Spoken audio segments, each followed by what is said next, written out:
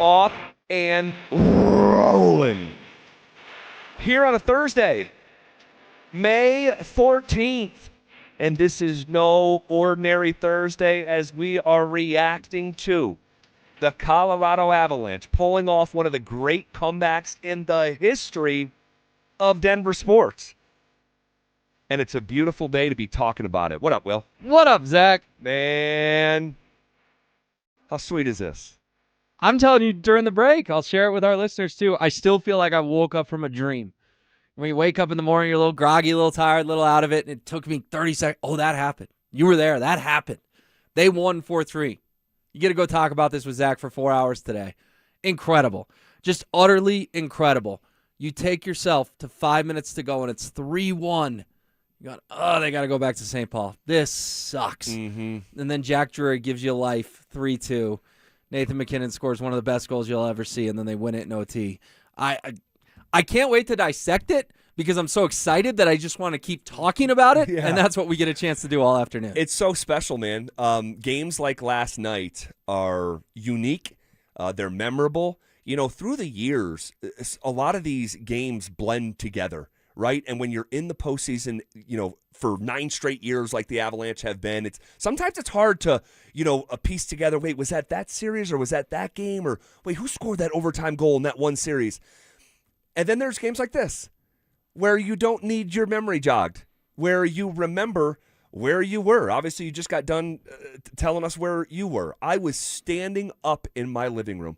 I was standing up, and my wife, Ashley, she went into the shower, and it was 3-1.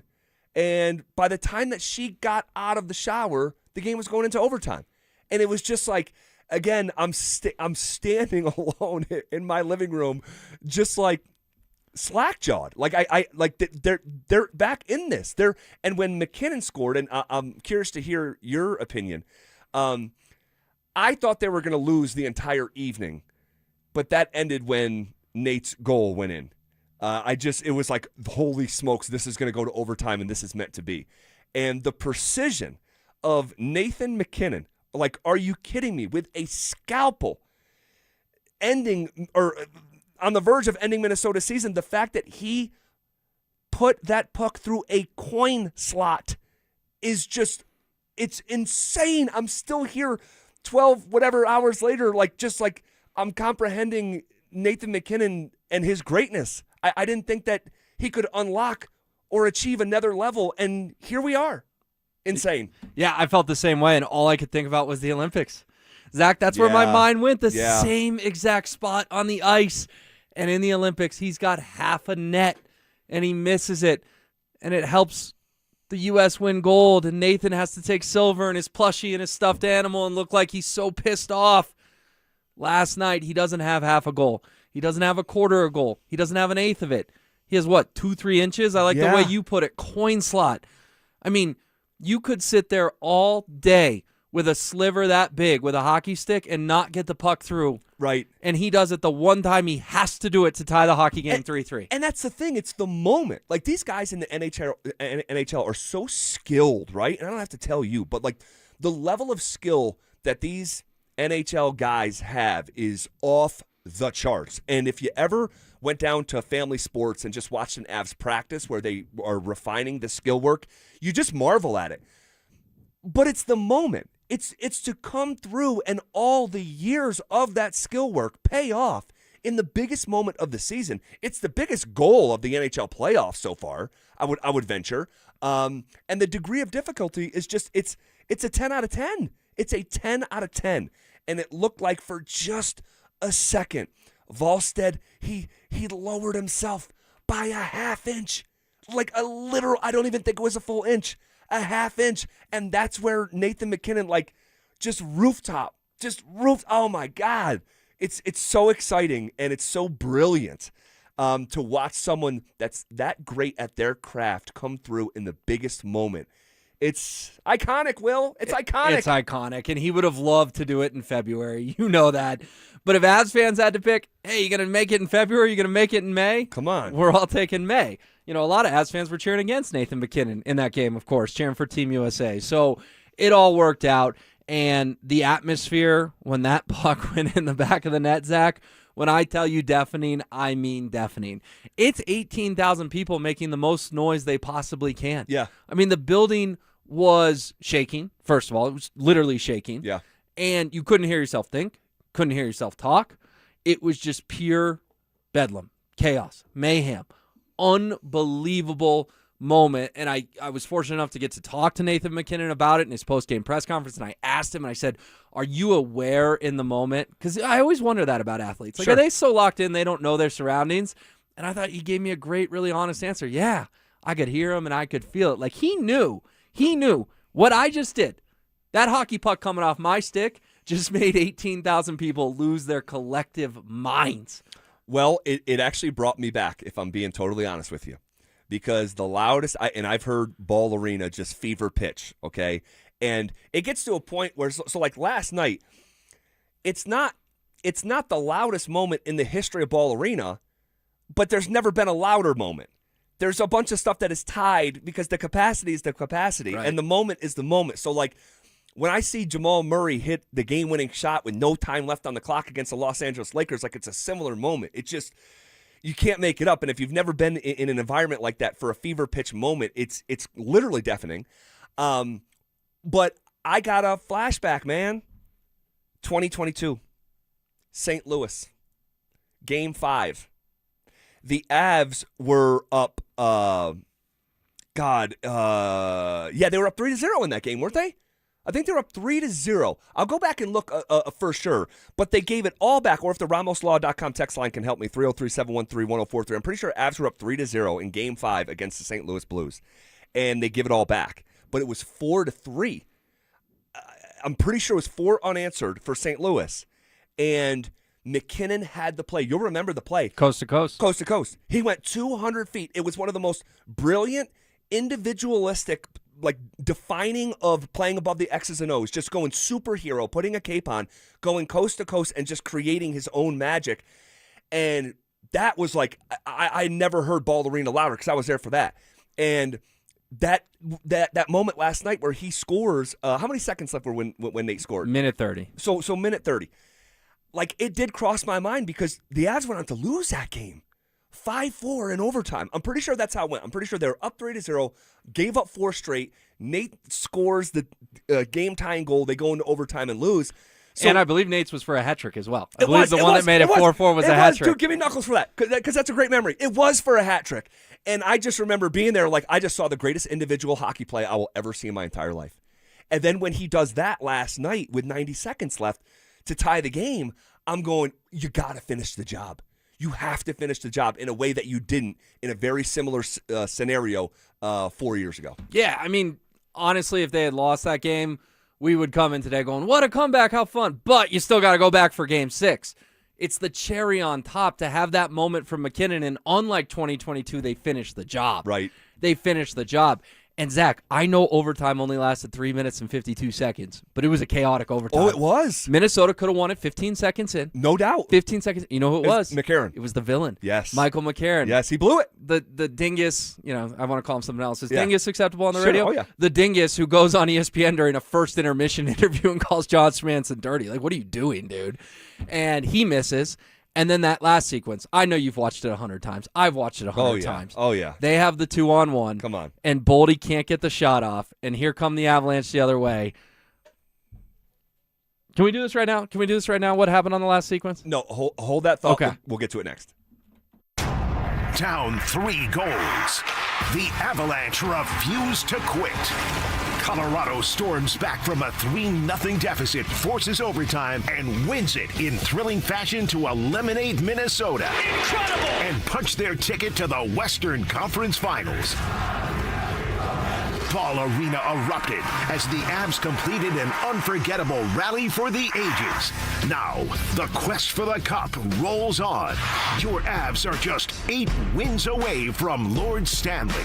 Denver Sports 104.3 The Fan. Denver's playoff headquarters. You could sleep through the night without thinking twice. You could take a seat in the middle of the theater. You could drive without worry of where the next restroom is. You used to say yes, and somewhere along the way, you stopped. Not because of one big moment, because of 100 small ones. A little more urgency, one more trip to the bathroom at 2 a.m., one more mental note about where the restroom is. It happened slowly enough that it just became you. But it's not you. It's enlarged prostate, and there's a treatment called aquablation therapy, the only ultrasound-guided robotic-assisted therapy for enlarged prostate. Find an aquablation therapist near you. Call Aquablation Denver at 720-637-9567, 720-637-9567. That's 720-637-9567. All surgical treatments carry risks, and results may vary. Side effects may include urinary symptoms, mild pain, ejaculatory dysfunction, or infection. In rare cases, complications to the urethra and rectum may occur. Aquablation therapy may not be right for everyone. Talk to your urologist to learn more. Visit aquablationdenver.com. Hey, it's Zach By here for 5280 Exteriors, your siding, windows, decking, and roofing specialist.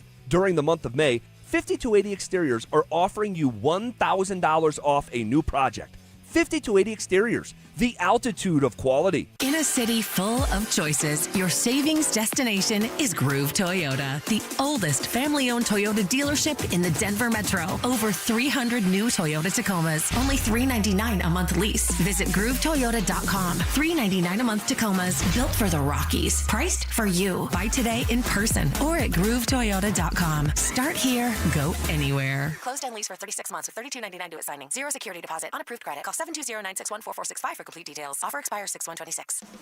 Usually when something sounds way too good to be true, it is. Imagine someone says they can cut your mobile bill in half. Sounds like a fantasy, but with Xfinity Mobile, it's the real deal, because when you have Xfinity Internet, you can cut your mobile bill in half. Plus, try Xfinity Mobile free for a year. No commitment. That's a lot of streaming, sharing, scrolling, and whatever else you can do with your phone. All for half price and none of the commitment. That means you'll save big over Verizon, AT&T, and T-Mobile. It's wild. Now all you have to do is think about how you'll spend all that extra money. Call 1-800-XFINITY, go to XfinityMobile.com, or visit a local Xfinity store to switch today. Xfinity, imagine that. Restrictions apply. Savings compared to one line of Xfinity Mobile Select to comparable plans from T-Mobile, Verizon, and AT&T as of 3/24/26. Taxes, fees extra, $30 monthly discount limited to new mobile customers only. After 12 months, regular rates apply. This is Terry Wickstrom. I want to tell you about a great new partner to Terry Wickstrom Outdoors, Mad River Mortgage, your reverse mortgage specialist. If you want to secure your rest of life housing, maybe come up with some extra cash, or have a line of credit available to supplement your senior lifestyle, call my friend Mike Rabin at 303-396-2804 and ask about an FHA-insured home equity conversion mortgage, or go to madrivermortgage.com, NMLS 1504779.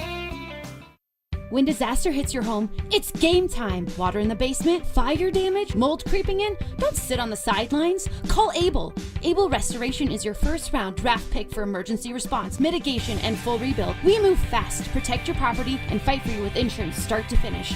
This isn't practice, this is your home. And when it's time to step up and protect what matters most, bring Able to the table. Call 303-590-5600. Go Able. Bring Able to the table. I'm Rob Wilhite, and for nearly 50 years, my firm has stood beside Colorado families after serious car accidents. With over $1 billion won, we know how to fight for you. Call 303-GOOD-LAW or visit WilhiteWins.com. That's WilhiteWins.com. This is the story of the one.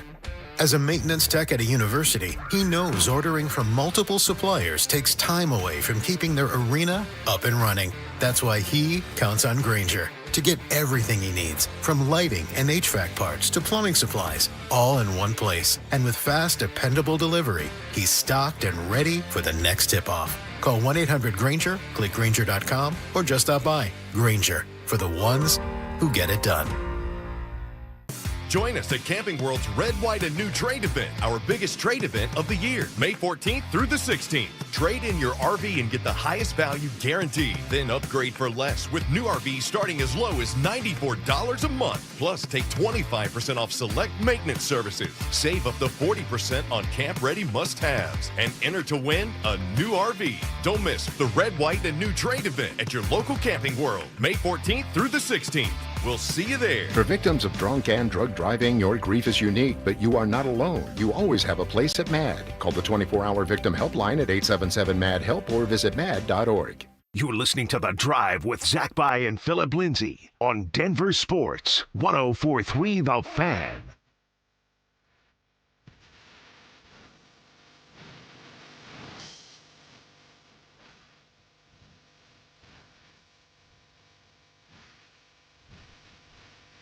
All right, just to continue the conversation that we were having, Will Peterson filling in for Phil today, and tomorrow Phil will be back on Monday.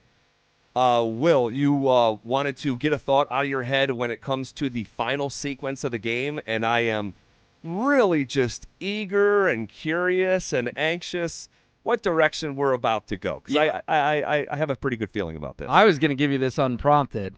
I'm glad we saved it for this segment, though, because I've watched it 100 times. You've watched it 100 times. The listeners have watched it 100 times. Minnesota has a real shot in that 2-on-1 to win the hockey game. The pass from, was it Kaprizov to Boldy? I believe so. And Boldy can't get his stick on it for whatever reason. Parker Kelly, puck ends up on his stick, makes an unbelievable pass to a streaking Marty Necas who stays onside. And, oh, by the way, Marty Necas told us after the game in the locker room he was not supposed to be on the ice. Correct. Did the veteran thing, took a chance. Because if you get a too many men penalty there, you get your head ripped off. Now, did he by the say? coaching staff. Did he say after the game that Bednar gave him a tap? I thought he might have said that. Might have done that in a later question. The question where I was standing next to Marty in the locker room, it was, I saw we were one guy short, so I jumped on. Okay. Which is, he's a vet. He has 100 points. He's allowed to do that. Yeah. But if you're going to jump on the ice, you better be right, because you can't afford to take a too many men penalty there. No doubt. And the way he controls the puck. Oh, my gosh. And dances. He didn't skate. He danced behind the net, circles around. Zach, I'm right there. People are yelling, shoot it, shoot it. I heard it. And he doesn't shoot it because he finds Brett Kulak, of all people, streaking down the other end. Beautiful one-timer. Volstead, he did come within like 3-4 inches of making an unbelievable diving, robbing save. But Kulak got a lot on that puck to get it past him. But just the goal itself in OT, what Marty Necas did, incredible. Incredible. In fact, I'm willing to declare today. A declaration. A declaration from Will Peterson. That the Avalanche won the Miko Rantanen. Yay! Oh, my gosh. He had it in him. He had it in him. We have been arguing about this for over a year. The maturity, the growth of Will Peterson. I am stunned here on a Thursday. I want to walk right out of here and go home. Oh, my gosh. Look at the grace on this guy. Holy smokes. So, honestly, good for you. Good for you. It feels that way. It genuinely feels like that. And Miko Rantanen is a great player. Miko Rantanen is going to have his jersey retired at a certain point in time. I'm almost convinced of it. Unless the relationship's a little fractured. I think of Carmelo Anthony and the Nuggets, and that's still going on almost 20 years later.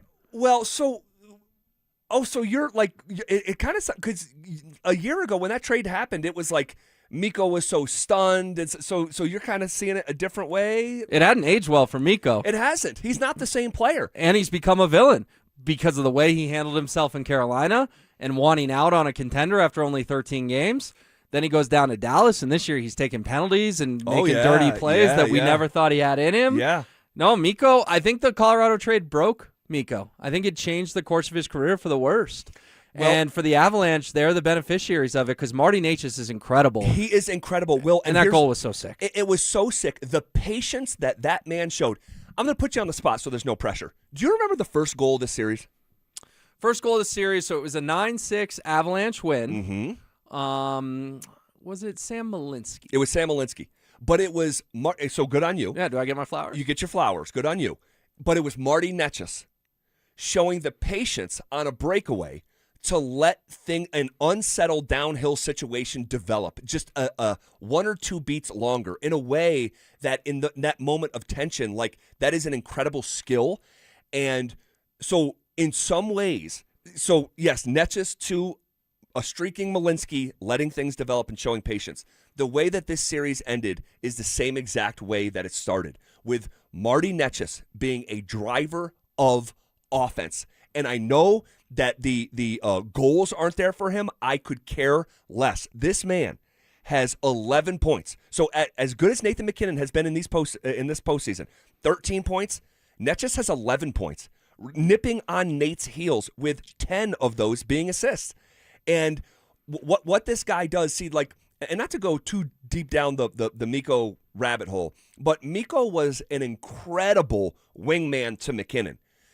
There are times where Marty Necas, he is the hub of the offense. He is the driver of the offense. He is not a product of McKinnon. Not to say that that doesn't happen, because to a certain degree, time and place, everyone's a product of Nathan McKinnon. But watching Marty Necas control offense and have other guys around him thrive and be the beneficiary, that was just not Miko Rantanen's game. And it's so fun to watch, because there's almost, and this is going to sound weird, in that moment of tension with the series hanging in the balance, there was almost elegance to him wrapping around that goal, and the patience, the elegance, the timely nature. That was a flat puck on Brett the Hitman Kulak's tape, and I marvel at it. I'm such a fan. He is like a ballerina out there, man. He's a ballerina. Well, 2 points. One, you talk about that moment in time. He looked like he was going in slow motion while everyone else was scrambling. Yes. Right? Like the poise. The poise of him. Minnesota is knowing their season is literally on the line, and they're all over the place. They're swimming around like crazy. Jack Drury did a good job creating some chaos in front of the net as well on the game winner, and Marty's just firmly in control. And even when 18,000 people are telling him to shoot it, he's like, I'm not going to shoot it, because if I hang on to this puck another half second, I'm going to have someone streaking down the far side. I'm going to hit him, and they're going to one-time it into the net, and that's exactly what happened.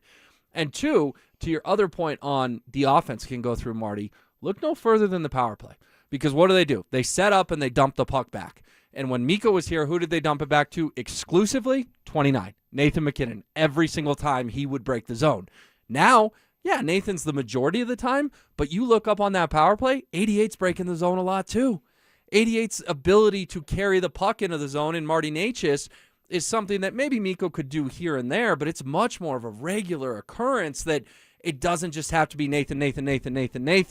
It takes some pressure off McKinnon as well, because not that Miko wasn't a great player or a great Av or a Cup champion. He just has a different skill set, him being Necas, than Miko Rantanen does, that's a little more on par with Nathan McKinnon. It is. Like, and on par, and we're not saying that he's as good as Nate. No one's as good as Nate. No. Nathan is the best player in the world, and you get that title because you show up in the biggest moments in the postseason. That, like a Hart Trophy, that's for the regular season, but you get the title best player in the world because of how you perform in the postseason.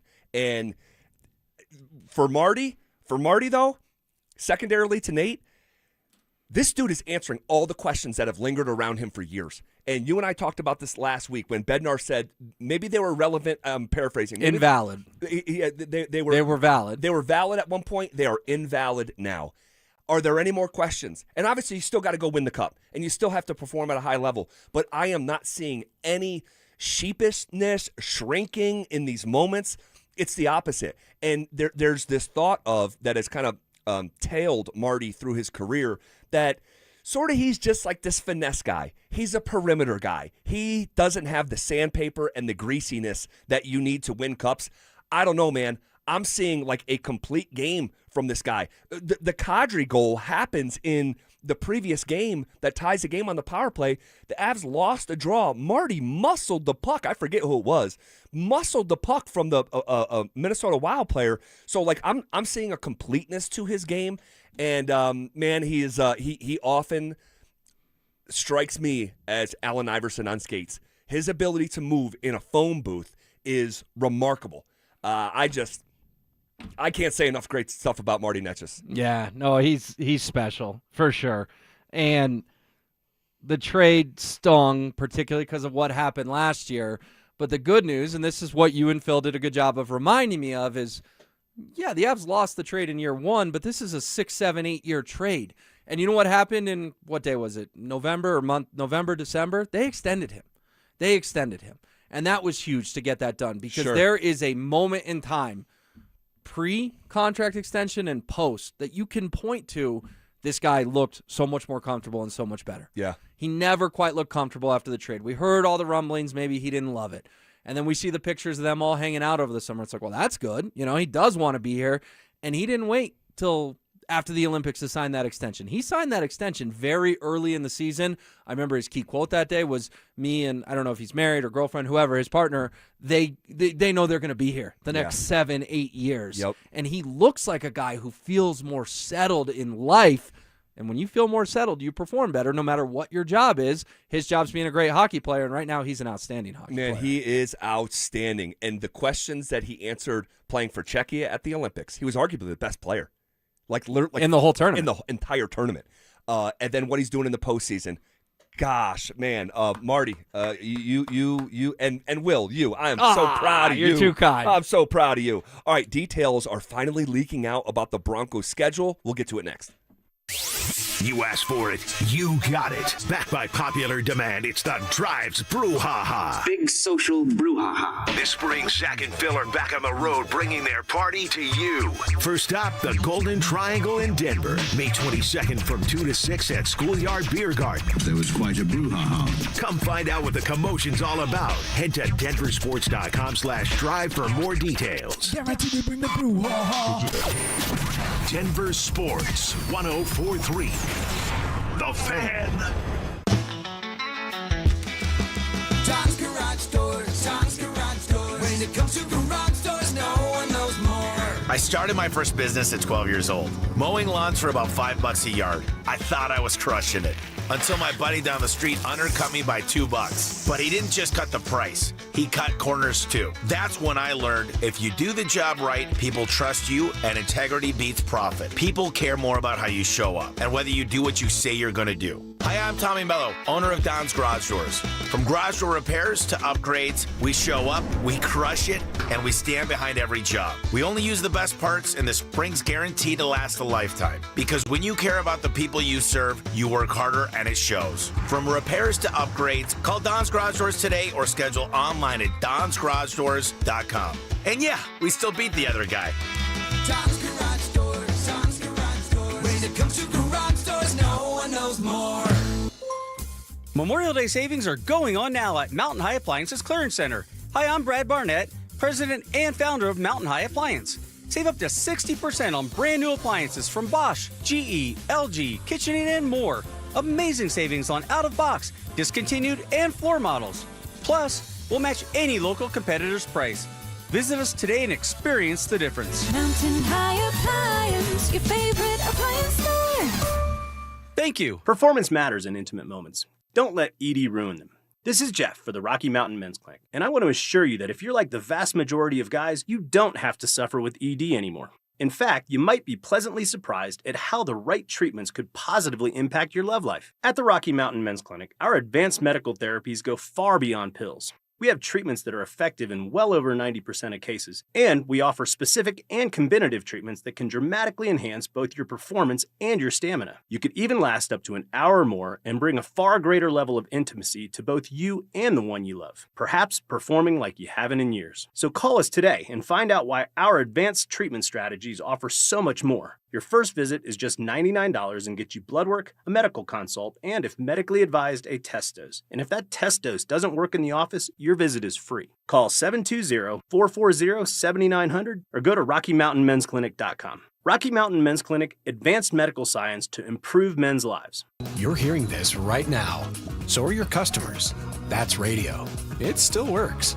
But your customers don't live in one place anymore.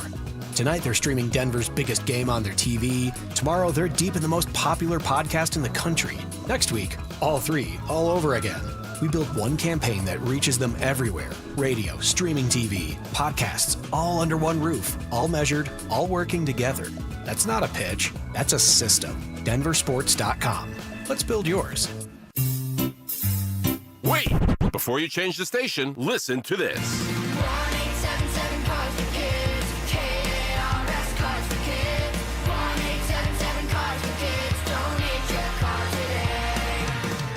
Your car at carsforkids.org. That's cars with a K. Pickup is quick and easy. You'll also get a vacation voucher and a tax deduction. 1-877-CARS-FOR-KIDS. Donate your car today. So what makes Champ Honda different? It's simple. One price, one person, 1 hour, meaning clear, upfront, and fair pricing. There are no games, no guesswork, and you work with a single client advisor from start to finish. No runaround, there's no back and forth, and 1 hour so you can spend less time at the dealership and more time doing what you love. Plus, at Champ Honda, they never charge dealer handling fees. None. It's a better way to buy a car, and once you experience it, you'll wonder why every dealership doesn't do it this way. Stream Stokely and Evans with Mark Schlereth, Dover and Cecil, The Drive, and all your favorite shows on the Denver Sports 104.3 The Fan app. Powered by Advanced Tax Solutions. Denver Sports 104.3 The Fan. It's The Drive with Zach By and Phillip Lindsay on Denver Sports 104.3 The Fan.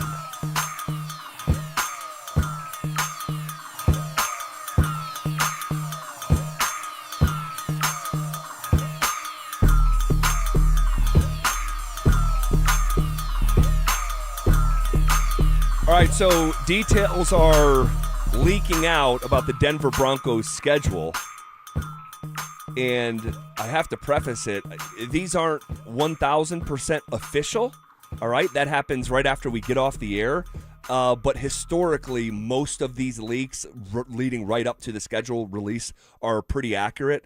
We'll go over it here in just a second. But before we do, summer is calling, and we're sending you to the lake in style. Download the Denver Sports app to enter our Day at the Lake contest for your chance to win everything you need for that perfect lake day. You get 2 paddle boards, 2 chairs, a cooler, a pop-up tent, a Bluetooth speaker, and a $250 gift card to fill up that cooler. Download the Denver Sports app now and enter today.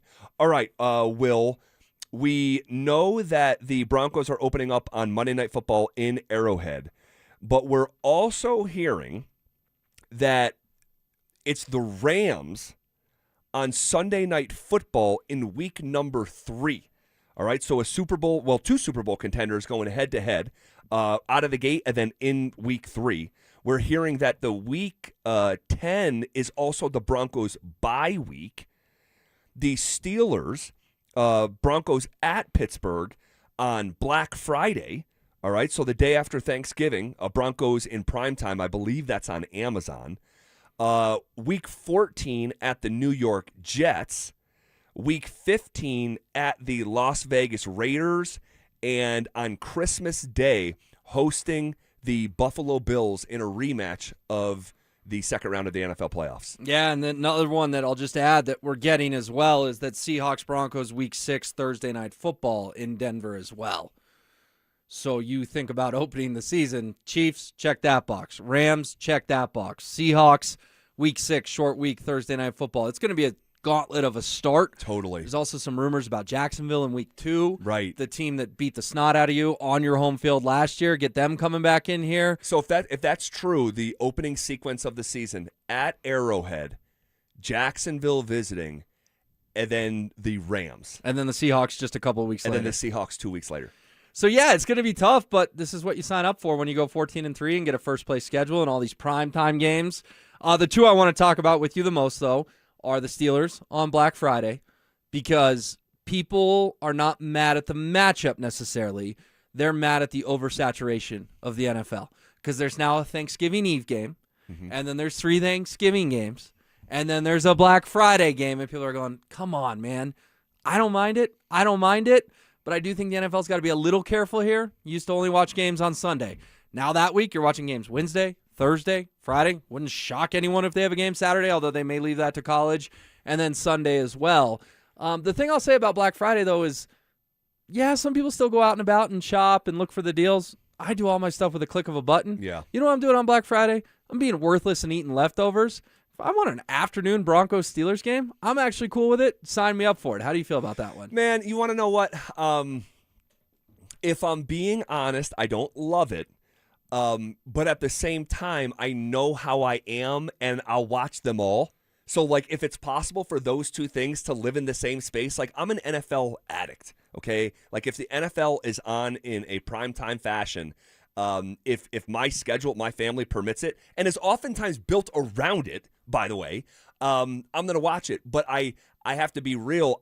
Do I love the oversaturation that we're going to have a pre-Thanksgiving game on a Wednesday? You said 3 on Thanksgiving plus Black Friday games. You know, I'm a little bit more traditional. I don't like the fact that the Broncos are playing on Christmas. You know, I'm just one of these guys. I believe that I'm in the minority. I think most people like it. I personally think that Christmas should be left for Christmas. Again, that's just me. Will I watch it? Of course I will. I may even be there. But that's usually my overarching takeaway. Well, and that's the second one that is a huge headline from today is Broncos-Bills, a rematch of the game of the year. For my money, it was the best game in the NFL last season. Divisional round, 33-30, the heroics of Jaquan McMillan in overtime. Bo Nix leads them down, breaks his ankle. Broncos kick the walk-off field goal, go to the AFC title game. We all get to be happy for 1 hour, and then we're not. That's huge. Because, Zach, put all that aside. You're telling me Week 16, Bills here in Denver, that could be for the number 1 seed. It could be. If things break right. So that game decides, do you get to have them back in your barn in another month for an AFC title game perhaps, or do you have to go to their fancy new stadium in Orchard Park in late January to try to go to a Super Bowl? This game, I know you don't like Christmas, and no, I get it. I love Christmas. You don't like Christmas games, excuse me. I know you don't like Christmas. Yeah, I should have finished that sentence. But 2 things. One, it's 2:30 on Netflix. That's kind of the sweet spot because you still get to do Christmas morning, open presents, all that stuff, 2:30 football game, and then you get to have your Christmas dinner and your eggnog at 6:30. It'll all work out for you. You're going to be fine. So is that the official time, 2:30? That's what's been leaked, is 2:30 on Netflix on Christmas Day. Okay, man, if I were to pick it, like make it at night, let Christmas be Christmas through the day and have the game at night. Because by the time Christmas night rolls around, and I'm used to watching the Nuggets on Christmas night. Which we very well may get again this year. My assumption is we will get that. Can you get the double dip? Go to Empower for Broncos Bills and then go to Ball Arena for Nuggets, Suns, or Warriors, whoever it is? Well, it'll be curious if the NBA is still holding the Denver Nuggets in that regard where they are getting the primetime Christmas night game. That's a different conversation for a different day. Still have that Nikola Jokic guy. Yeah. Wow. So you don't like it? You don't like it? I don't. If I'm just being real, and I understand I'm in the minority, I think that Christmas should be left for Christmas. But Christmas hasn't been left for Christmas for years now. Well, on the NBA side. The NFL is, 4 or 5 years now? Yeah, I think it's 4. They've done this for a little bit. Yeah. But it will be the second year in a row because, remember, they were in Arrowhead on Christmas last year. That's right. Trivia, who was the QB for the Chiefs? Who was the QB for the Chiefs last year on Christmas? Because Mahomes was out, Minshew was out. Right. Oh, my gosh. He went to North Dakota State. Oh, Carson Wentz. Wasn't Carson Wentz? No. It was a more recent North Dakota State guy, but I just can't remember his name. I think I have it. Wasn't it Chris Oladukin? Oh, yes. Oladukin. That's right. So, God, long story short, they just did this last year. Yeah. It was an ugly game. Remember, they scored a touchdown very late, had to win it. Chiefs were marching down Travis Kelce, and you're thinking, they're going to lose the 1 seed because some backups hitting Travis Kelce on seam routes over the middle. But I don't mind it. I don't mind it, particularly if 2:30 is indeed the kick time. I think 2:30, if you're going to play on Christmas, that's the sweet spot. Yeah, I want to get one more thought out of my head when it comes to the Broncos' schedule. I'll share that with you. But also, last night was one that will live in Denver sports history. What was our single biggest takeaway from the Avs' legendary comeback, and where does it stack up in the history of Denver sports? We'll have all those conversations next. Summer is calling, and we're sending you to the lake in style. Download the Denver Sports app to enter our Day at the Lake contest for your chance to win everything you need for that perfect lake day. You get 2 paddle boards, 2 chairs, a cooler, pop-up tent, and Bluetooth speaker. Oh, and did we mention you also get a $250 gift card to fill up that cooler?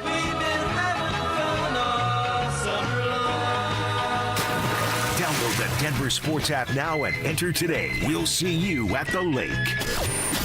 Denver Sports 104.3. The Fan. What is going on, guys? Phillip Lindsay here. And I know there's at least 50 of you listening to me right now who are thinking about popping the question this year. And if that's the case, then you know you need a diamond. So let me save you some time and money by telling you something as simple as this. Whether you're starting your next chapter with your perfect diamond engagement ring, or celebrating a new milestone, or finally just doing something special for yourself for once, because everybody deserves to be spoiled in their life at least one time, this is where it's all going to begin for you. Close your eyes and imagine the finest jewelry legends all in one store together, making you feel just like family, and their surface is going to reflect that, because that's exactly what Williams Jewelers is going to do for you. Come shop the finest loose diamonds in Denver. They have every size, shape, and price range you can imagine, and the largest selection of engagement ring settings I've ever set eyes on. And not only are they going to share the secrets of the business with you, but they're going to give you the best price in Colorado, guaranteed. So why wouldn't you want to create moments and memories for yourself and the ones you love by going to Williams Jewelers, the official jeweler of the Colorado Avalanche, Denver's first family of fine jewelers, located in Cherry Creek North on 3rd Avenue, and also in Inglewood at Broadway and Bellevue. And don't forget to mention my name, Phillip Lindsay, when you step through one of those doors. Running a small business means juggling a lot. Your network has to handle it all. That's where a fiber-only provider falls short.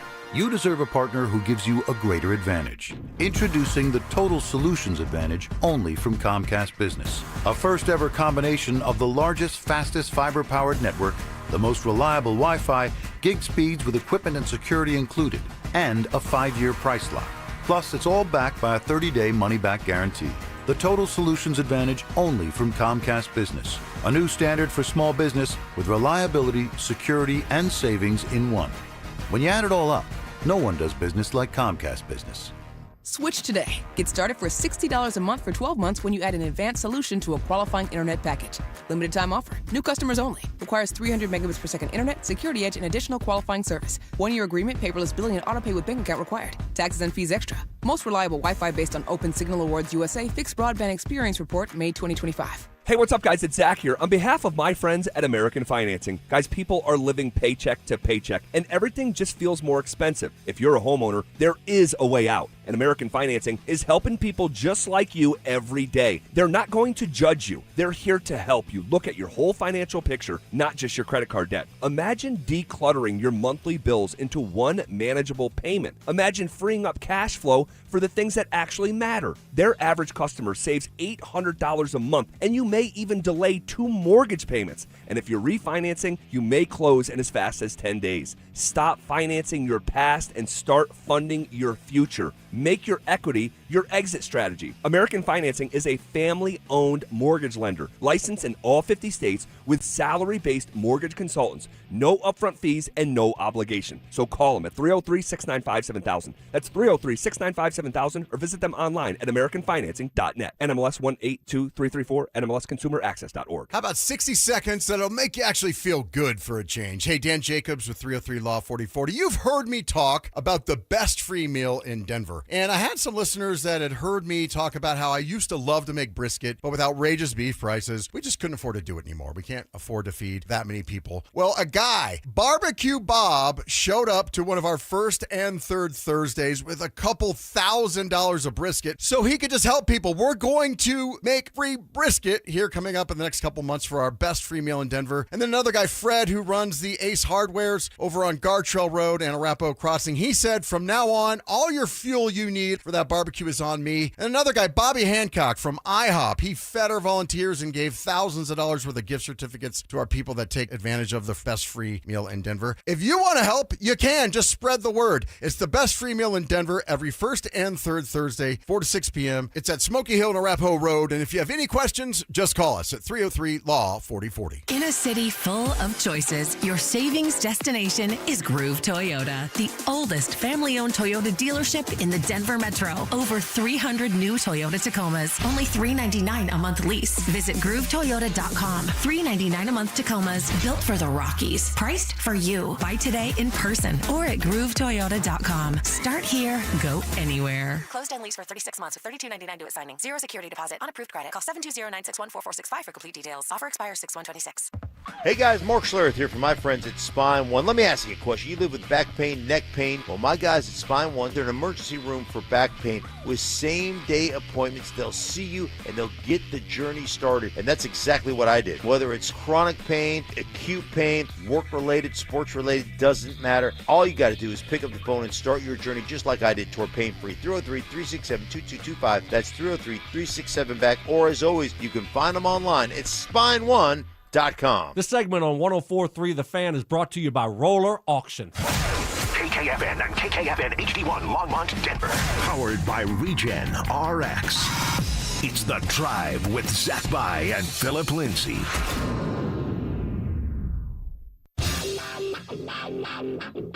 Leading off with the big story of the day, here's The Drive with Zach By and Denver, Colorado's own Phillip Lindsay.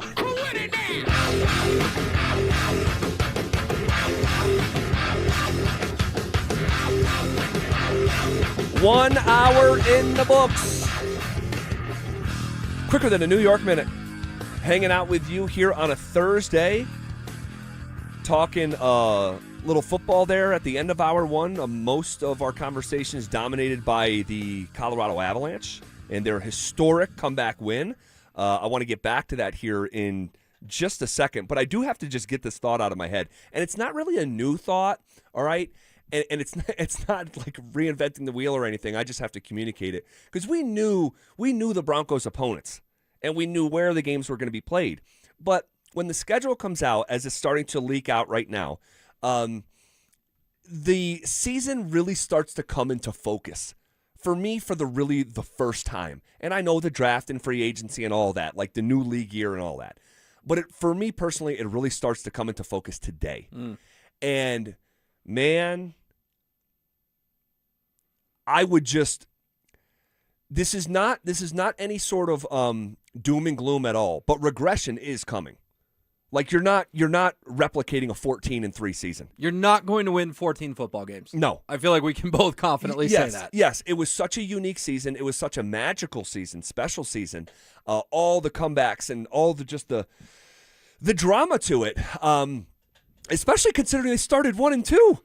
They started 1-2 and went 14-3 with two heartbreaking losses, both of the walk-off field goal variety. Yes. So you won the most games in the history of the sport by one possession, and you did it with a schedule that ain't this. So NFL history says regression's coming regardless of your schedule because of the number. Football's such a random game with an oblong ball. So many bounces went the Broncos' way. So you're going to see some regression here. But this schedule is so real. You're opening up in Arrowhead. Jacksonville is coming here for week number 2. Another playoff team that beat your brains in a year ago. And then you're going, you're playing the Rams, who I think should be the Super Bowl favorite in week number 3. The Super Bowl reigning champions are in week number 6. It's just nonstop. And I'm like, the Broncos are a very good football team. Very good football team. But I would say, like, I'm recalibrating in my own head, like, what defines success and the natural order of things is to build on the previous season. I just don't think it's going to work like that. I think the Broncos can be the same caliber of team, maybe even better, but with a lesser record and not having that number 1 seed. Yeah, and you and I tomorrow will do the game by game and the record prediction. It's always fun the day after the schedule comes out, and would not shock me, Zach, if I land on 9-8 or 10-7. And that doesn't mean they're markedly worse, as you just outlined. It just means that they had the benefit of a lesser schedule last year, winning a lot of tight games after week 3 when they figured out how to get things across the finish line, and that this year they may not be that much above 500. And that pains me to say, but this could be a team that we're talking about. Are they going to get that 7 seed? Are they going to sneak in? And it wouldn't be necessarily they did anything wrong. No. It would just be things sort of evened out. Yes, like water finding its level after a charmed season, with Bo Nix in year number 2. So, but then again, I want to say this too. We look at these other teams, like the Rams, like the Bills, like the Jags, like the Seahawks, like Kansas City. Those teams are looking at Denver the same way. Like, crap, we got to go to Denver. So they're going to have to play the Broncos too. And the Broncos have an awesome roster, amongst the best in the league. If your quarterback can take a step forward, and we'll see what the Davis-Webb thing looks like, but these other teams have to strap up and play the Broncos too, and that comes with its own can of worms. So we'll see how it all takes shape. I'm really looking forward to the continual leaks of the schedule, but yeah, it looks like a really, really hard, bumpy road to at least start the season. And man, I'm fascinated by it. Well, and you throw another one in there. The latest rumor is that you got to go to the Niners and the Chargers week 4 and 5. So your first 6 weeks. Yeah, go ahead and game theory it out right now. At Kansas City. Yep. Coin flip. Jacksonville here. You'll be slight favorites, but we all know what happened last year. Rams here. Absolute coin flip. At San Francisco, you'll be slight dogs. At the Chargers, you'll probably be slight dogs. And then the Seahawks here, short week, coin flip. That's 6 games, Zach. You could talk me into they lose all 6 of those football games. Now, they're not going to. They're not going to start 0-6. They'll get a win or two here and there. But there's no gimmies. There's no Dolphins. There's no Raiders. There's no Cardinals. Right. All their gimmies on their schedule will be later. You can't afford, like those 6 games I just gave you, Chiefs, Jags, Rams, Niners, Chargers, Seahawks. Would you sign up for 3-3 at this very moment in time? I actually would. I would too. I would. And by the way, and I touched on this yesterday with Marilat, is that this has been a slow starting operation under Sean Payton for whatever reason. And I can't make too much sense of it because Sean has one of the harder training camps that even bother some guys like Dre Greenlaw. But this has been an operation that for 3 years under Sean Payton has started 1-2, 1-2, and 0-3. And so, and then we did this yesterday. You can go back and listen. But if you look at the last 8 years of Sean Payton's Septembers in New Orleans, it mimics what we've lived through here in Denver for the last 3 seasons. So emphasis on a better start, because if it's similar, I mean, you could be 0-3 with this schedule, just flat out. So, all right, shifting gears here. Last night was one that will live in Denver sports history. What do you think your single biggest takeaway was from the game? Man, it's hard to pick one because it was so remarkable, so special, so incredible. Very lucky to be in the building. But I think if I had to isolate a moment or biggest takeaway, it's what Nathan McKinnon did with 1:23 left. I mean, you can't script that stuff. No. You can't script fitting a puck in a slot that has no business being able to take a hockey puck. Yeah. Like, it's just not big enough. It's not big enough, and he fit a puck into that area of the net that he had to. And, yeah, he's taken that shot, no joke, 40,000 times in his life, 50,000 times. Yeah, easily, yeah. But for him to do it when you're down 3-2 in Game 5, you storm back from 3-0, force overtime, and, oh, by the way, he had a similar point in the Olympics that he couldn't capitalize with so much more net to work with. Felt like redemption for McKinnon, and it felt like that was his signature moment. Now, they still have to win 8 more games, so he could have many more signature moments, and he probably will. But that was unique. But if you win the Conn Smythe and you put together the highlight montage, there's a decent chance that shot is leading it. Yeah, there's no doubt. For me, I think my single biggest takeaway, it's not something tangible from the game. It's just this overarching belief that I have in this club that was reinforced yesterday. It feels like the Avs are a team of destiny. It really does. I think it's the deepest group that they've ever had in this iteration of Avalanche hockey. Even deeper than the 2022 team. I think the goaltending, and we need to talk about that here, but I think Scott Wedgwood, if you put all 4 goaltenders on the table, like Scott Wedgwood is the best among the 4, with Blackwood, Pavel Francouz, and Darcy Kemper. And so I just I've been talking about a parade here for 6 months, and every championship team along the way has like a magical moment or two, or steals a game that they're not supposed to win. That was a game the Avs were not supposed to win. And when you start talking about a team that already felt like a team of destiny, and then you have the like biggest and best single game comeback in any postseason game that you've ever had, and it's a closeout game, and it's a closeout game in Denver for the first time in 18 years, and it's to get out of the second round for the second time in 24 years.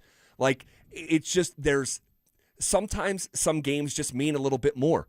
The Broncos come back against the Giants on DT Day. It's just I don't know what happened there, but there was something special and unique that made that game and the finish of that game marvelous and memorable. That was last night. And it just makes me like even more emboldened in my belief that this team is going to go win it all. And I'm thrilled to watch the next 6 weeks unfold and pick out the clothes for the parade. You know, What am I going to wear? What are you going to wear? I mean, it's that kind of belief. Yeah, they didn't win the Stanley Cup last night, but it certainly felt like it. Yeah. Kind of felt that way. Yeah. Because in 22, I remember when they beat St. Louis, I'm like, oh, they're going to win the Cup. Yep. I have the same exact feeling as we sit here today. You beat the best team left in the field, certainly the best team left in the West, maybe better than Carolina even. Yeah. And you delivered a knockout blow on your home ice. You did it in epic fashion. You know, would I have loved to come in today and talk to you about a 5-1 win? Sure. But I'd much rather have it the way they had it last night because that was so much more fun. It was so much more memorable. It was so much more stressful, but the reward was worth it. Like if you stuck through it, the reward was worth it. All that anger just kind of dissipated off your body as they made it 3-3 and then won it 4-3 in overtime. So while they didn't win the whole thing, that could be the moment where it registered with all of us. They are going to win the whole thing. Like we all predicted that. You did. You're talking about parades for months and months. Yeah. Pre-playoffs, I said they're going to win the Stanley Cup, but you still got to see it. You still got to see it. And last night was that moment where you saw it and you felt like, oh, yeah, we will be at a parade on June 20th or whatever the date ends up being. Yeah, and it's once again, and I talked about this for years after the 2022 finish, as have you, the depth on display. That's what makes championship teams like this different. Yes, your stars shine, but it was honestly... It was guys like fourth-line guys that put McKinnon in a spot where that goal meant as much as it did with 1:23 left in that game. Think about your goal scorers last night. One superstar, Nathan McKinnon. Who are the other three guys? Parker Kelly, unheralded all season long. Unbelievable. This guy has been so freaking good. Anyone could have had Parker Kelly. Anyone. Seriously, like this guy, you know what his contract is? I talked about this maybe a month and a half ago when he scored like his 20th goal of the season. It was like, wait, he signed a 4-year, $6.8 million contract with the Avs. So you're talking about a guy that is a 20-goal scorer and is one of your best postseason players who's making less than $2 million against the payroll. It's one of the best contracts in Denver sports. Definitely. He was a forgotten piece with the Ottawa Senators. I can't even remember what the trade was that the Avs got him, but then he gets this extension that you're right, is certainly not breaking the bank. He gets a goal, and oh, by the way, he had the assist to set up Necas on Kulak's goal in OT. Then you go to goal number 2. It's Jack Drury. We spent a good chunk of the first hour talking about the Avs have won the Miko trade. We can confidently declare that. Who else was in the Miko trade? Jack Drury. Yeah. Jack Drury. He scores your second goal, and oh, by the way, he creates just enough chaos in the front of the net on the Kulak OT winner. Right. So that's now Kelly had 2 moments, goal 1, assist, goal 4. Drury had 2 moments, goal 2, traffic, goal 4. After he won the draw, by the way, and then he scored on the goal. Correct. And then who else scored? Brett Kulak. Yeah. Do you remember who the Avalanche traded to acquire Brett Kulak at the deadline? It's a household name. It just flew under the radar because of Nazem Kadri. Help me out. Samuel Girard. Oh, that's right, Sammy G. Samuel Girard went to Pittsburgh along with a pick for Brett Kulak. So McFarland has made 4 trades. Incredible. And all 4 worked out great. Incredible. You got Waugh. It's been a playoff hero. You got Kadri. Everyone loves having him back home scoring huge goals in that Minnesota series. You got Blankenberg. Depth D-man who had to play a few times, scored a goal in Game 2 or Game 1 to make it 4-2 off that pass from Nichushkin. Correct. And then you got Brett Kulak for Sammy G, and we all love Sammy G, but he was undersized. Yep. Let's be honest. Yep. Samuel Girard was undersized. You finally pulled the plug on that. You get Kulak in here. It reminds me so much of 22 again when Sakic made 4 big trades. This year, McFarland made 4 trades. And the Kulak one, had it really paid off? Kind of, sort of. Well, now it's completely paid off because he just scored an OT winner to send you to the Western Conference Final. Just incredible, Will. Incredible. So you're talking about 4 game-winning goals for the Avs in this series coming from Waugh, Kadri, Parker Kelly, and Kulak. A Chris McFarland masterclass. 3 of the 4 trade deadline acquisitions. Literally 3 of the 4 game-winning goals in this series are trade deadline acquisitions. Look, we've given Chris McFarland a lot of credit. Are you in your mea culpa that we had in hour number 1 for the Miko trade? You have to be doing a U-turn on Chris McFarland as well, right? Because I mean, there was a point in time you wanted this guy gone. Oh yeah, absolutely, absolutely. We had a conversation last week about bad takes, right? Takes you had that you wish you could have back. Yes. we all do this for a living. Of course, you're going to have bad takes. One of my worst takes ever was when they lost to Dallas last year, wanting Chris McFarland fired. Yeah. He's now up for the GM of the year. He's a finalist, top 3. He's aggressive, which I want my GM to be when I'm in a championship window. Yes. Which is huge. Yes. And the stat you just read is mind-blowing. You won 4 games against Minnesota. 3 of those 4 guys were not on your roster at the start of the season. At Christmas? At New Year's? It's unbelievable. At the Olympic break? It's unbelievable. I mean, these guys were all acquired, late February, early March? And they're now doing it, and they're doing it well? But this is 22. I'm having deja vu. It's 22 all over again. From the acquisition standpoint, from the depth winning you game standpoint, like it smacks so much of 2022. And Parker Kelly, just to circle back on him for a second, this guy was making $800,000 for Ottawa. Anyone could have had him. Anyone. And here he is having the best year of his career, arguably the best contract in Denver sports, and showing out with the series hanging in the balance. This is the makeup of a championship team. And this was Jared Bednar after the game breaking down the comeback. I think the belief started to grow when we, it just starts with one shift, and then we were able to sustain it, and our second period was fantastic, right? Like it just was. And so you got a lot of guys back on board, I think, at that point. And it's leadership, it's guys digging in personally as a line, just kind of trying to figure it out on the fly. And what was the message after that first period when they were down 3-0? I'm not going to tell you what it was, but I mean, it wasn't anything crazy. It's just like, again, just trying to give them a message that sort of simplifies where it starts for us. Like, what's the starting point here? Because we were losing all over the ice in every aspect. So just trying to break it down and like, where do we start? Like, what do we got to concentrate on first? And then like, what's next? And if you give them a third thing, then just do that. And like, we'll start to, gain a little momentum. Well, they gained that momentum and some. And last night was historic. It's historic from just a purely Avs perspective and being down 3 goals and coming back and winning a game and closing a series. But Brett Kulak becomes the 16th Avalanche player with a goal during the second round, which is tied for the most in a single season of all time. Like 16 goal scorers in a 5-game series should be impossible. Insane. And somehow it happened. The Avs became the 5th team in NHL history to earn a series-clinching win after facing a multi-goal deficit in the final 5 minutes of regulation. So a sequence to finish a game had only happened like 4 other times in the history of the league in the way that we saw last night. And by the way, the Wild, talking about overcoming more history, the Wild were 21-0 all-time in the playoffs after leading by 3 or more goals. And last night was their first blemish in that category. And on the Avs front, if you turn that coin over, the Avs record in the postseason in their history when falling behind by 3 goals was 2 wins and 50 losses. That is now 3 wins and 50 losses after last night. It's good to put in context how historic it was, because 2-50 makes sense. You get down by 3 goals. It's hard to erase that kind of deficit.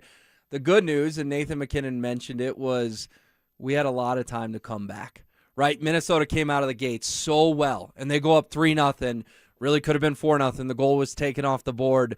And even when Scott Wedgwood came out to start the second period, because we were all watching that, I'm sitting right there at Ball Arena going, let's take a look who comes out of the tunnel first. And it was Scott. They switched to him. I felt like the Avs had a shot. Yep. Would I going to predict they were going to win? No. They were down 3-0 to a damn good hockey team in a playoff game, an elimination game for Minnesota. But it just felt like, ooh, okay, they did make the switch. They've got a shot. And then that first goal, Brent Burns from the point, Parker Kelly gets the tip in. You're thinking, all right, they got a real chance.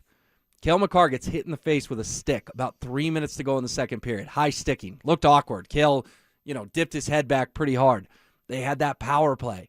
And I kept saying, you get it to 3-2 going into the third, you're going to feel good. You're going to feel good. Couldn't get it done. Marty Necas had a great chance. Good save by Volstead, kind of when he was backhand trying to knock it in. Mm-hmm. And I'm going, oh, that was the moment. You had to get it 3-2.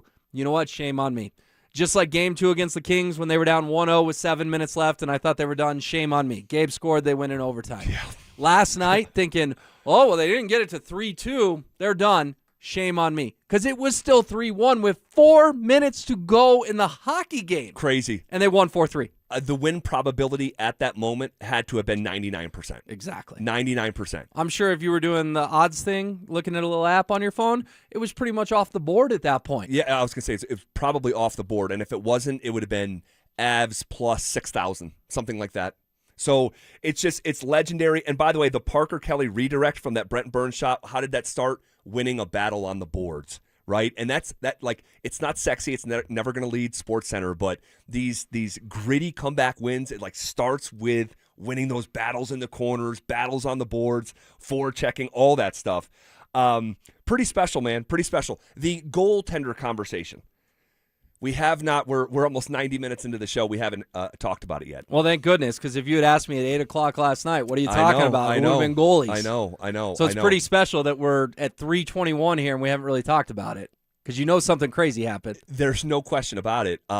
Mackenzie Blackwood, we all love these guys and the tandem, and the results have been mostly great. But Scott Wedgwood has to be your goaltender moving forward. I believe it's to the point where you're doing your club a disservice by not just moving forward with Scott Wedgwood. He has earned the net. I think this guy, he's been unequivocally better, Will, all season long, and through the postseason in the sample size that we have. I'm not saying that you're never going to see Mackenzie Blackwood again, or we should never see him again, but the runway for Scott Wedgwood, I think, needs to increase. I don't like how I feel. Didn't like how I felt. I mean, that second goal that he let in last night was soft. Brutal, Will. It'd be brutal in November. It's even triply so here in the month of May. I'm looking for a bit of resolution that we didn't have yesterday morning. Can I make two statements? One you're going to like, one you're not going to like? Sure. The first one that you're going to like is I agree with you. Should be Scott Wedgwood's net moving forward. The one you're not going to like, that's not the case. Not based on what I see and hear and cover and talk to people down there. Jared Bednar is going to ride this 2-goalie thing to the finish line. To the point, Zach, where you could tell me Avs and Hurricanes go 7, and one of them starts Game 6, and if it doesn't go well, the other one starts Game 7. And I know you don't want to hear that, and I can see you shaking your head, and I'm sure a lot of Avs fans are shaking their heads as well, because it is abundantly clear for everything you laid out. They are a better team with Scott Wedgwood in net. He is the better goaltender. Full stop. But I'm not here to just tell you, oh, Zach, you're right, and that's the way it's going to be.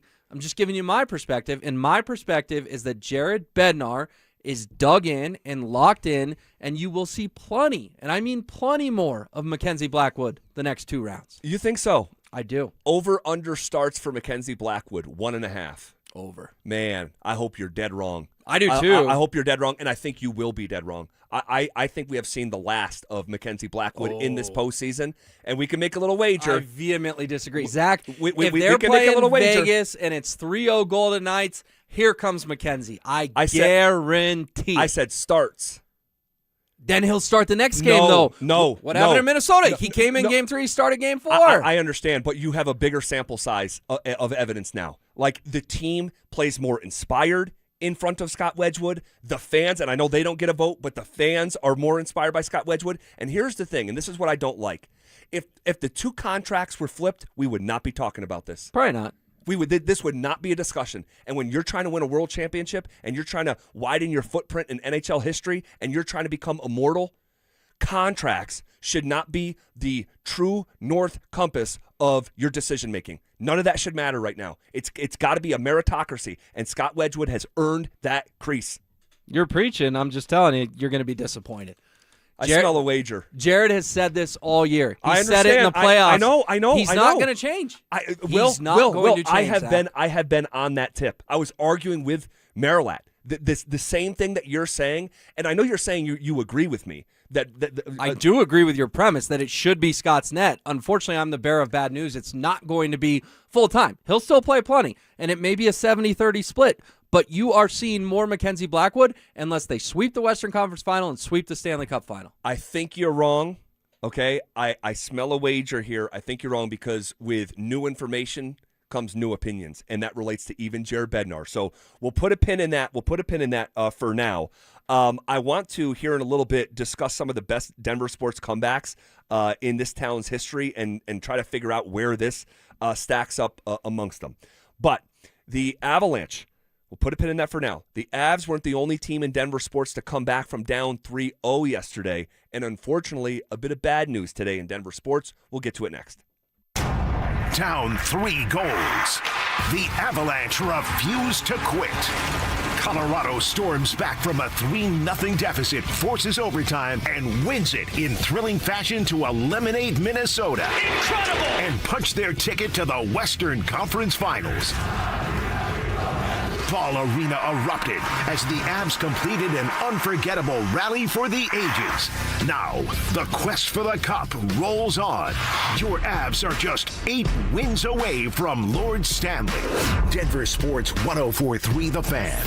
Denver's playoff headquarters. If you have unfiled taxes or are in debt to the IRS, this is important news. Did you know the IRS has programs specifically designed to help people struggling with tax debt? Powerful tax assistance programs that can save you thousands if you qualify. No one knows these programs better than the experts at Optima Tax Relief, America's most trusted tax resolution firm, A-rated by the Better Business Bureau. Their award-winning tax attorneys and licensed professionals have resolved over $3 billion of tax debt for their clients. One call to Optima can start the process, helping to put an end to your worries about wage garnishment, asset seizure, and other aggressive IRS actions. Find the best options to solve your tax problems. Call the experts at Optima Tax Relief today for a free consultation. Call 800-343-6460. 800-343-6460. 800-343-6460. Optima Tax Relief. Some restrictions apply. For complete details, please visit OptimaTaxRelief.com. Done right kitchens, baths, counters and floors, finished basements, windows and doors. Our 8% scheduling incentive and bank financing to ask about make a great time to call. 800-362-8370 or drhi.com. Are you one of those people who dread going to the dentist? If so, have you tried sedation dentistry? Learn more about sedation dentistry at coloradosedation.com. Sit back, relax, and dream with the most experienced sedation dentist and staff at Clarkson Dental.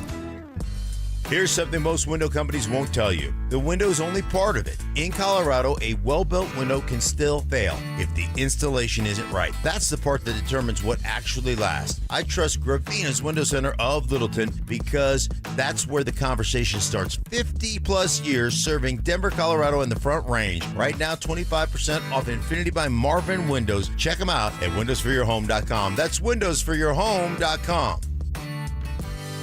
The playoffs are full of surprises, underdogs, overtime thrillers, sudden upsets. But when it comes to your facility's electrical systems, you don't want surprises. For over 40 years, Piper Electric has powered complex commercial and industrial projects, from large-scale distribution to fire alarms and preventative maintenance. Their licensed electricians help reduce downtime, control cost, and keep operations running smoothly. Got a project coming up? Don't leave it to chance. Include Piper Electric in your bid process. Visit piperelectric.com.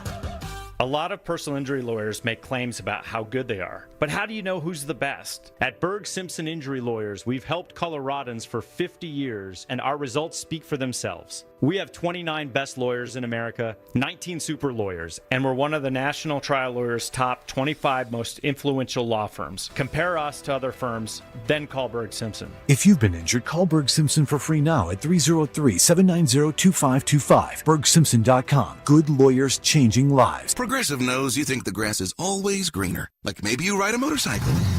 But today, it's raining. So you wish you had an RV, but if you did, you'd have to listen to some guy parked next to it at a campsite plays acoustic guitar. Now, before you start wishing you had a boat, remember, your brother-in-law would invite himself every weekend. Permission to come aboard, Captain? But one thing that is greener is the money you could save when you bundle your RV, boat, or motorcycle with your home or auto with Progressive.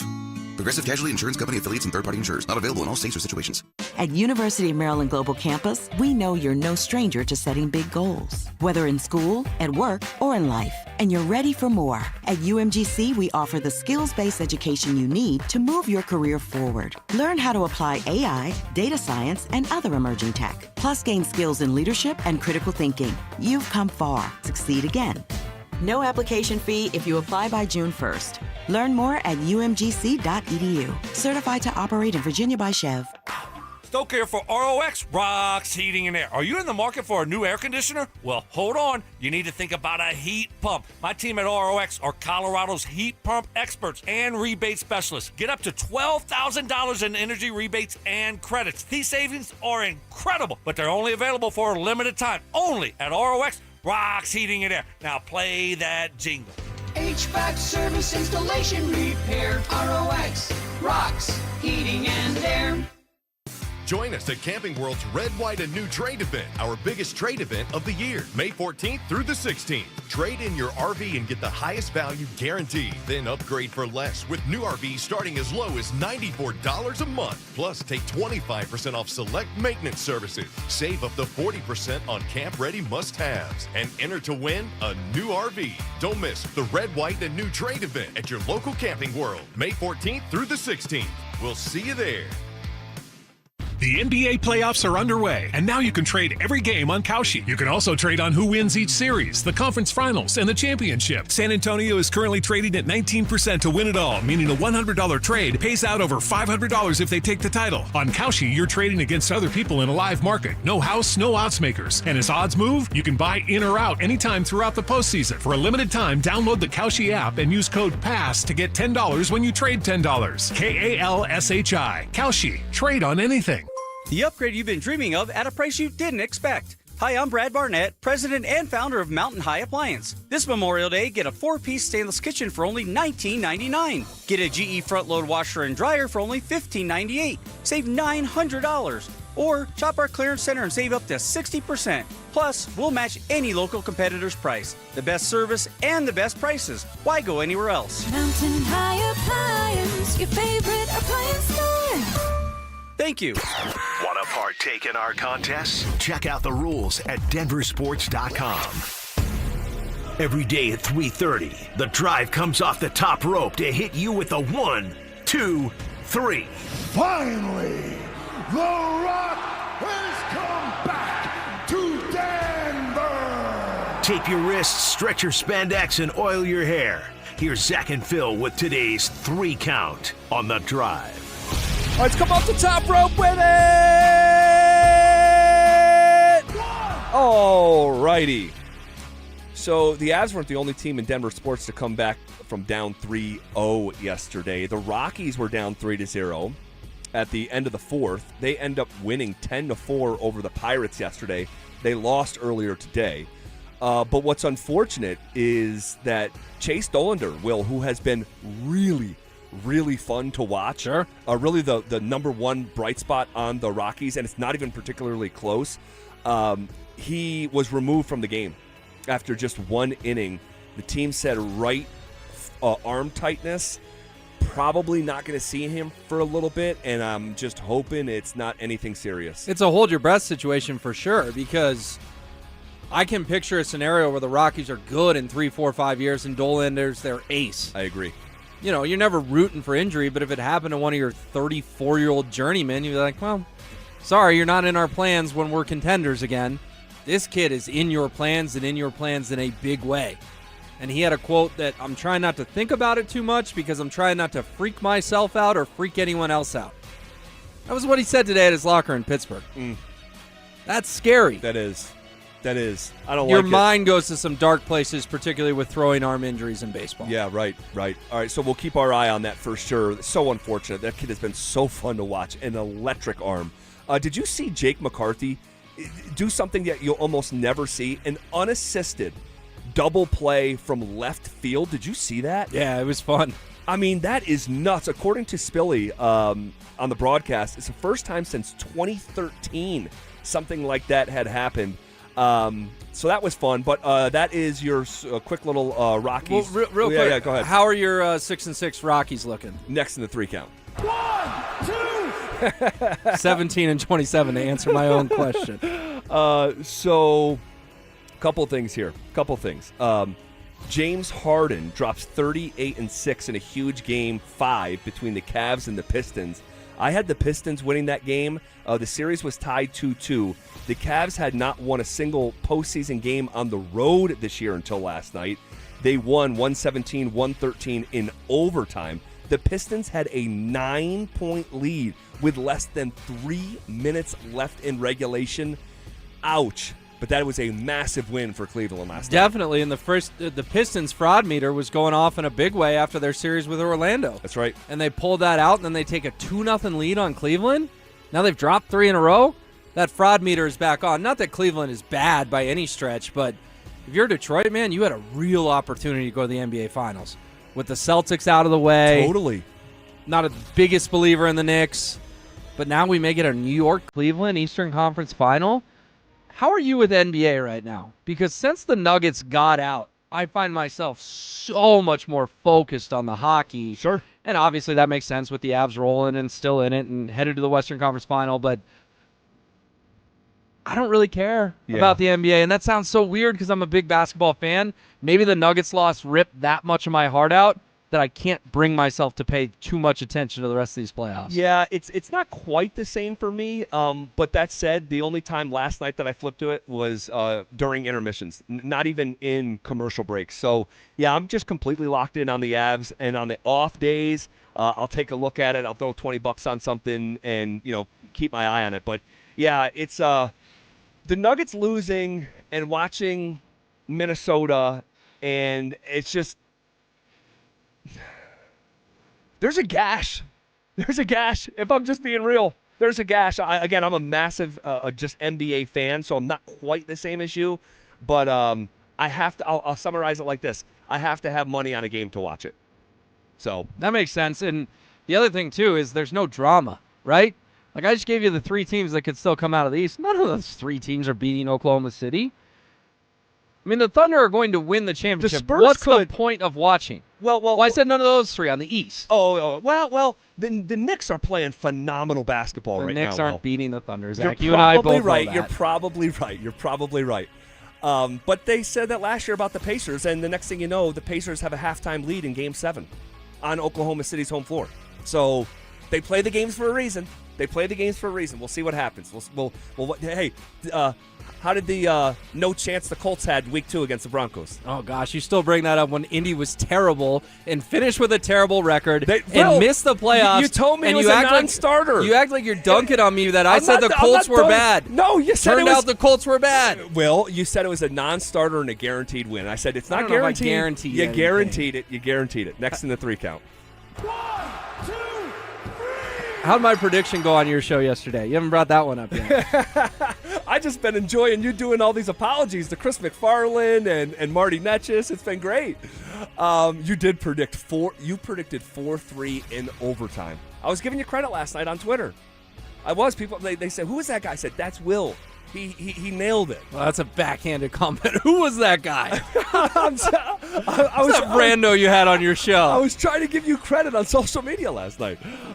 Baby credit. Hey, I need your help. No, you nailed it. You nailed it 4-3 at about 5:25 last night on the way out from Ball Arena. I was hosting with James. You nailed it. Thank you. All right. Little parenting advice here, but you're not a parent. Dante's not a parent. But I'm going to bounce this off you guys anyway. So my 7-year-old, he's cursing. He's cursing. And I first heard it last week at field day when something didn't go right for him, and I thought I heard him say the magic word. An F-bomb? Yes. Oh, so he's not baby cursing. He's going to the big dogs. Yes, he's going right to the big leagues. And so that happened. I didn't say anything. I didn't even tell my wife. I just made a mental note of it. I'm like, I'm pretty sure I just heard him under his breath say that magic word. Where did he learn that word? And then I don't know.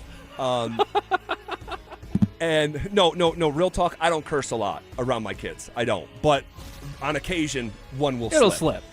And so that was that. And then someone said he cursed at recess. And they went and told the teacher. Okay, so now it's like, okay, that's thing number 2. And then yesterday it happened again. So my wife put the fear of God in him, and she's like, you will not go to Disney this summer, like doing all that, right? And so when I got home, he just starts crying because my wife and I had a quick conversation downstairs, and Mia, my 3-year-old, or 4-year-old, she goes and tells him, they're talking about you. No joke. No joke. So he's upstairs, starts crying. So I go up there and I'm like, dude, it's not going to go good for you the next time that happens because I heard you do it here. But then I'm like, wait, that's 3 times already. So I'm like idly threatening him. You already did it 3 times. I said, how many strikes do you get in baseball? He said 3. And I said, dude, come here. I said, you're going to put this soap in your mouth. This little bar of soap. And it was a smaller one. It wasn't a big one. You know, when it gets real down to the end and like it folds on itself and you can kind of press it together. I'm like, dude, you're going to put soap in your mouth right now. And so I had him put it in there, and I had him hold it for 5 seconds. I said 1, 2, 3, like that. Spit it out. You know, he's rinsing his mouth out, brushing it. I said, dude, you do it again, it's a whole minute, and I'm going to make you swallow it. Now, I don't know if I'd actually make him do that. Probably wouldn't make him do that. But is that still, am I still okay? I know it's 2026. A lot of things have changed. But I remember when I cursed, my mom made me put soap in my mouth. Where are we at with this? I think it's fine. He's your kid. You're not doing it to be mean. You're trying to teach him a lesson. Definitely. And I think that's the important distinction here. You're not doing it because you get a kick out of it. Never. You're doing it because you want him to stop cursing. I hated the fact that I had to do it. Exactly. I didn't have to do it, but I didn't want to do it. But I'm like, dude, like, you've done it 3 times now, and we're like giving these big threats. How about you get a consequence right now? Dante? Well, first of all, the kid at recess or lunch, total tattletale. Telling your teacher in the school that the other kid cussed? Come on. I was a Tabasco household growing up. I think I might have got soap as well. But, yeah, there was a few times I had to get that when talking to my siblings. Yeah, Tabasco's not fun. Ooh. Well, let me know. It's in Maybe you give him the choice, the illusion of choice. Do you want soap or do you want Tabasco? That's not bad. RamosLaw.com text line.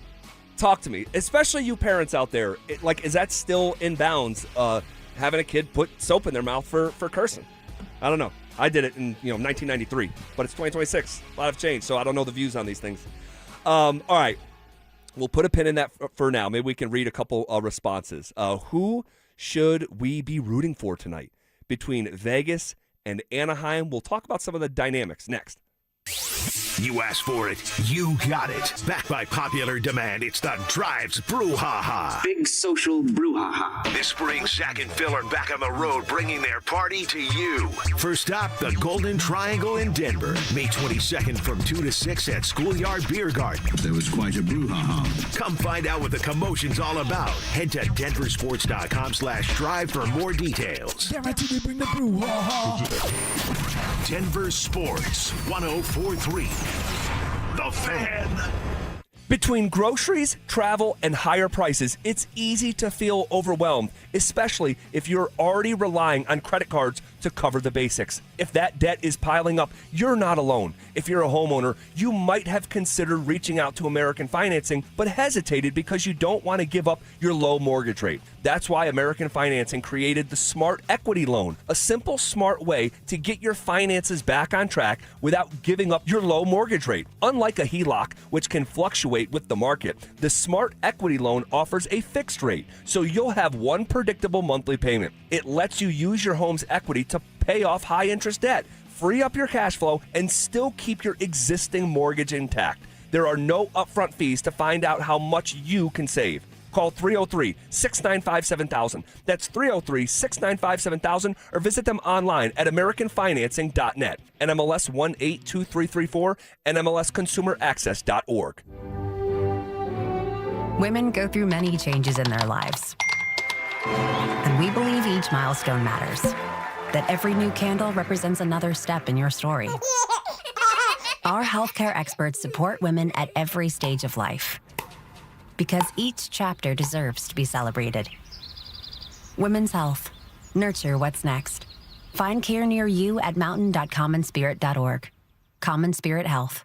Human kindness lives here. Hey, it's Mike Evans. Restore your bald spot, reverse your receding hairline, or add volume to thinning hair with the same simple one-day treatment I receive from Dr. Tanya Pauls of Advanced Hair. Your own natural hair begins regrowing the very next day, and your new hair is guaranteed to grow. Advanced Hair has changed tens of thousands of lives, including mine. For your free consultation, $250 off and 250 free hair grafts. Call 720-459-HAIR. Advanced Hair.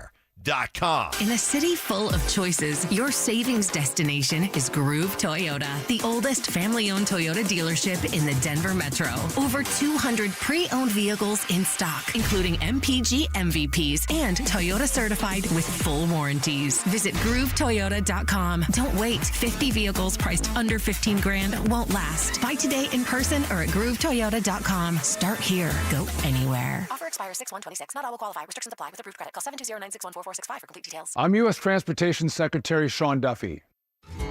We all seem to be in a rush these days, from work to driving our kids around. But when you're behind the wheel, please do not speed. A few minutes saved by going faster is never worth the risk. So follow the speed limit, enjoy the drive, maybe bring some snacks for the kids, and know that along the way, you're getting quality time with your family. Paid for by NHTSA. Hey, John, why so glum? I just got let go. The company's downsizing. This is the third time in the last 2 years.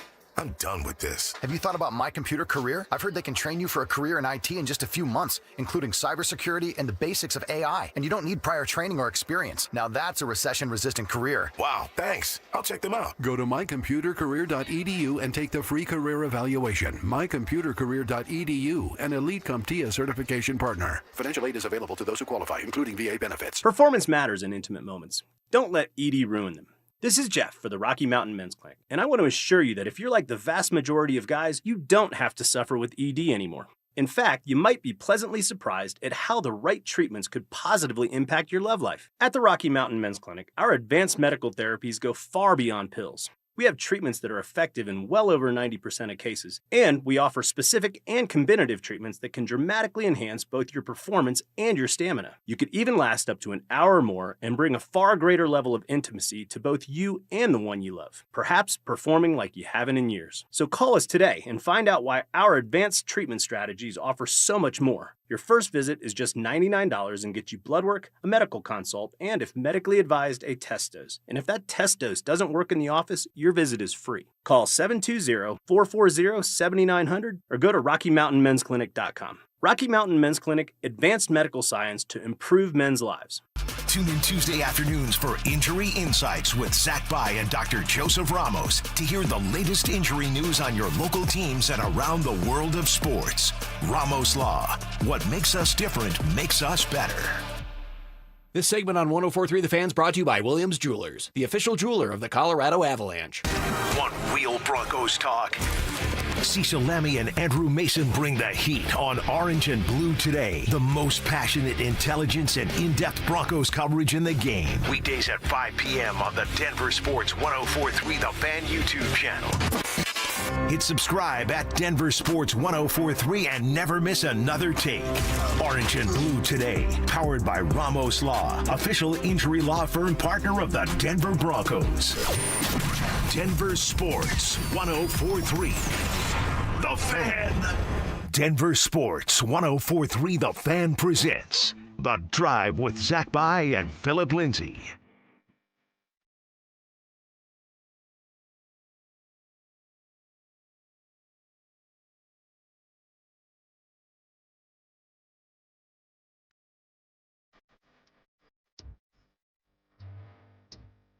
I'm always blown away when I throw something like this out to our incredible listeners.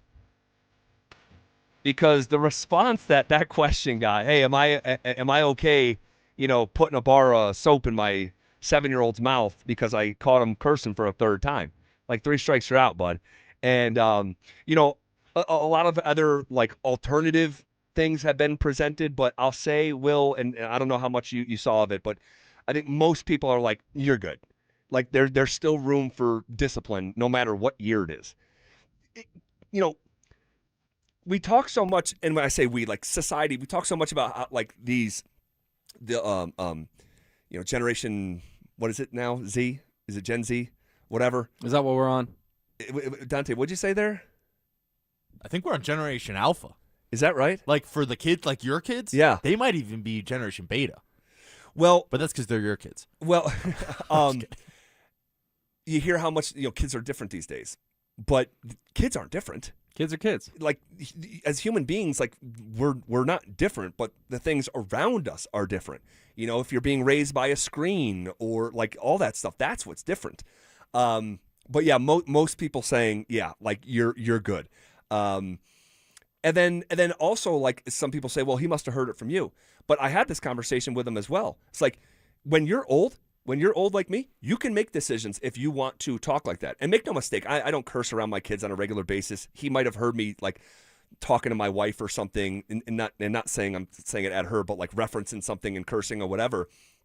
But I said, the example I used, I said, you see, Daddy drives that car out front. Daddy's able to drive that. You're not able to drive that. And this is like that. If you hear Daddy curse, that doesn't make it okay for you to curse. Now, it's probably not the best, like, you know, framing of it, but that's the reality of the situation that I found myself in last night as a dad. So. Yeah, you're an adult. You can make adult decisions. Yep. The famous example when I was a kid was we'd go to the grocery store and they were marketing that cereal that was like basically chocolate chip cookies in a cereal. You remember that? Oh, my God. Was it a cookie... Cookie Crunch, Crisp. Cookie Crisp. Yes, yeah. Cookie Crisp. They were like miniature chocolate chip cookies. Yeah. And my dad said, when you're an adult, you can buy Cheerio or you can buy cookies for cereal. Right now, you get Cheerios. Right. So it's the same thing. Yep.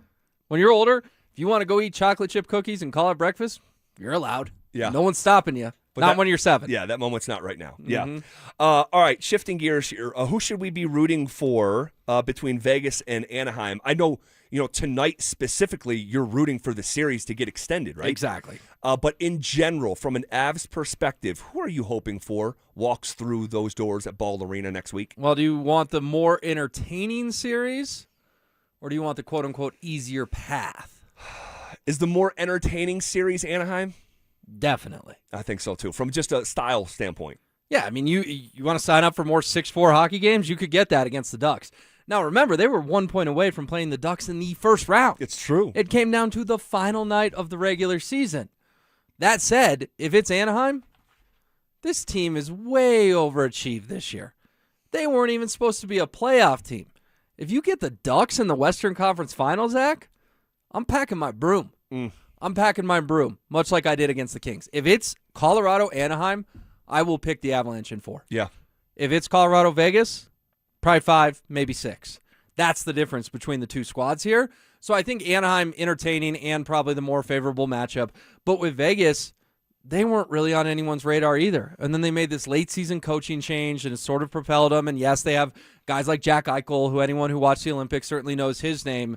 But Carter Hart in net doesn't scare you at all. Had some stuff off the ice, back in the league now, and I'm not trying to diminish. It was very serious allegations he had off the ice, but he's not some brick wall goaltender that we're like, uh-oh. Right. Got Carter Hart on the other side of things. I don't want to sound too cocky, but there's no right answer here and there's no wrong answer here. I agree with this. Because the Avalanche are going to obliterate either team. You just really want Anaheim to win tonight because you want Game 7 on Saturday, which means the earliest you could start would be Monday, some well-earned time off, and you see guys like Cale Makar get pretty beat up last night. The longer the Avalanche don't have to play another game, the better. Yeah, I want to circle back and talk about that here in just a couple minutes, the Cale Makar aspect of things. So the Avs, though, went 2-0-1 against the Golden Knights in the regular season. Necas was a star in those 3 games, 6 points in 3 games, 3 goals, 3 assists. McKinnon had 4 points, 1 goal, 3 assists against Vegas. Wedgwood was 2-0-0, and Blackwood allowed 3 goals in his lone opportunity against Vegas, 3 goals on 29 shots in his only start, a 3-2 overtime loss back in April. The Avs and Golden Knights have played once in the playoffs, with Vegas winning in 6 games in the second round back in 2021. Heartbreaker. It was brutal. It was devastating. God, that's another scar. Element of revenge if it is Vegas for what happened 5 years ago. Yeah, there's no doubt. But I want Anaheim. I want Anaheim for the reasons that you illustrated earlier. The Avs went 2-0-1 against Anaheim this season. Wedgwood made all 3 starts. All right, he allowed 3 goals on 80 shots. That is a goal against average of, well, let's just say it starts with a 0, all right, and a .963 save percentage. Anaheim scored 3 regulation goals in 3 games against Colorado. So this was a one-sided affair in the regular season, really against both of these clubs. against both of them. So definitely. I mean, the Avalanche will be huge favorites. Oh, yeah. The kind of line you don't see for a Final Four battle, right? Most of the time, Final Four battles the books are going to set them pretty close. The Avalanche, I'm just guessing here. Hold on. They'd be something. I'm going to write something down here. All right, so you're saying the Avs minus. What are they minus? I would have the Avs at minus 450 against Vegas and 550 against Anaheim. So I just wrote down one number, and I wrote down minus 440. So we're on the same page. Same page, yeah. All right, the Broncos schedule, guys, it is not just leaking out. It's now pouring out. Details next. Summer is calling, and we're sending you to the lake in style. Download the Denver Sports app to enter our Day at the Lake contest for your chance to win everything you need for that perfect lake day. You get 2 paddle boards, 2 chairs, a cooler, pop-up tent, and Bluetooth speaker. Oh, and did we mention you also get a $250 gift card to fill up that cooler?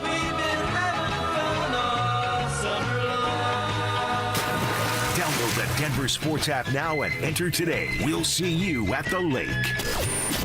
Denver Sports 104.3. The Fan. Imagine finding your dream home and moving in right away. No waiting to sell your old place first. Sounds perfect, right? That's exactly what Orchard's Move First, Sell Later program lets you do. Buy your new home now and sell the old one later. Here's how it works. Orchard gives you cash so you can buy and move into your new home first, on your timeline. No waiting, no showings, no double moves. Then the Orchard experts take it from there. They handle repairs on your old home for you so you attract the right buyers. Once they're done, a local Orchard agent lists and sells your home for top dollar. Orchard's Move First program gives you the freedom to buy and move into your new home first and sell your old home later. Buy before you sell and get top dollar for your home with Orchard. Ready to find out how much your home is worth? Visit Orchard.com to get your free home valuation.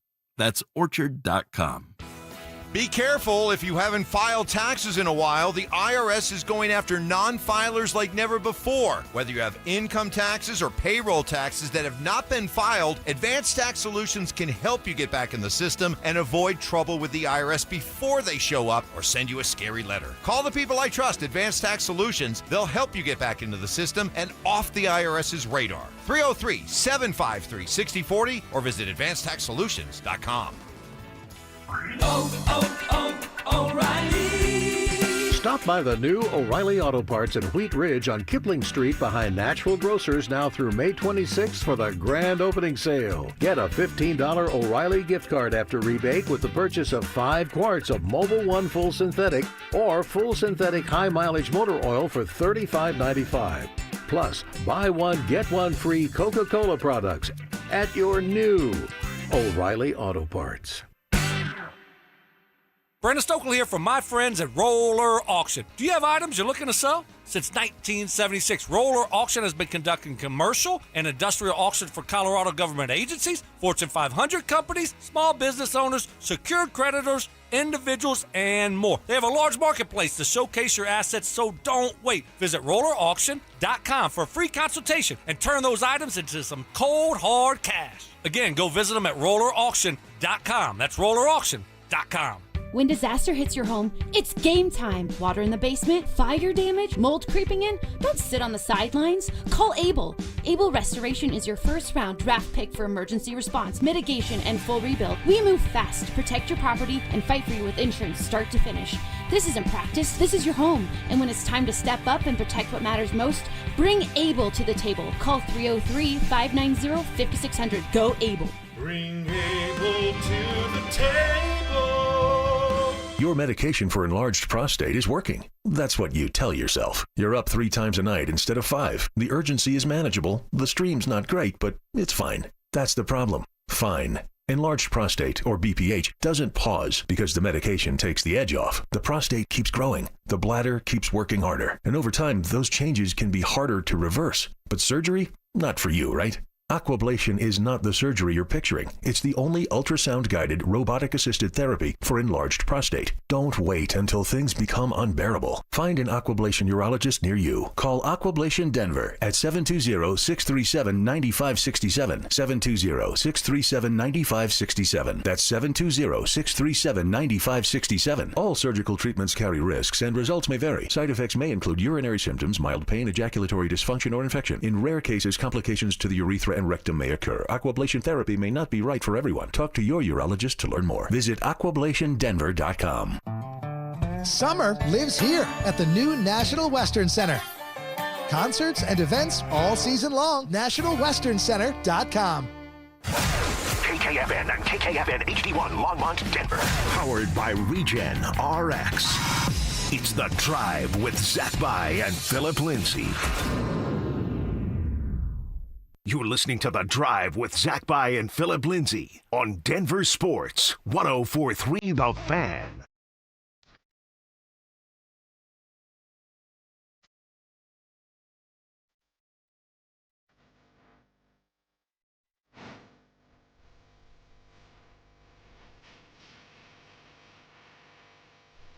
All right, halfway home here on a Thursday. The Broncos' schedule is not just leaking out, it is pouring out.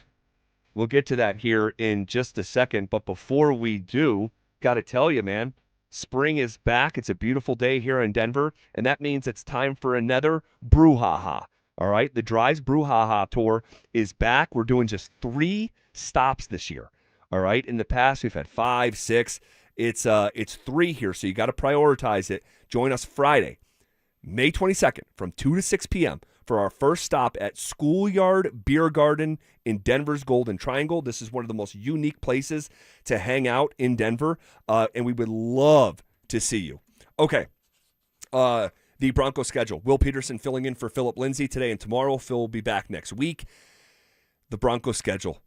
Will, we believe we have all of it. I got the whole thing. I think we have the whole thing, and this is how this normally goes in the hours leading up to the official announcement. Now, just to cover our bases, all right, there is a scenario where 1 or 2 of these are wrong. Do I think that they are? I do not. I think we have the schedule, all right? So let's just talk through it here. Week 1, on the road at Arrowhead on Monday Night Football. Week 2, hosting the Jacksonville Jags. Week 3, hosting the Los Angeles Rams. Week 4, going on the road and playing the San Francisco 49ers. Week 5, going on the road and playing the Chargers. Week 6, home against the reigning Super Bowl champion Seattle Seahawks. Can I stop you right there? I was planning on it anyway. Let's talk about the first 6 weeks of the season. That is absolutely brutal. Gauntlet. To begin the season. Chiefs, contender on paper. I know they went 6-11, but you still have Patrick Mahomes. Jaguars, rising contender. Rams, absolutely a contender. Niners, I'm not sleeping on that team with Kyle Shanahan and John Lynch and what they still have. Contenders. No. Chargers, I get it. Chargers going to Charger. Still a 10-11 win team. Yep. Contender. Yep. Seahawks, just won the Super Bowl. Contender.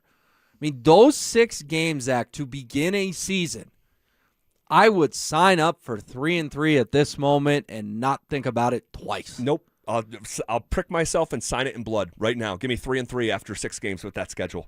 And if you somehow went 4-2, it would feel like a minor miracle. I'm not trying to disrespect the Broncos. It's just that tough a schedule. And if you went 2-4, I wouldn't be shocked. You'd still feel in it at 2-4. Oh, yeah. Maybe not winning the AFC West, depending if someone got off to a hot start. You know, it's hard to make up a 3-4 game lead or deficit in football. But don't forget, Sean Payton in the month of October is as good as it gets. How many of these games are in October?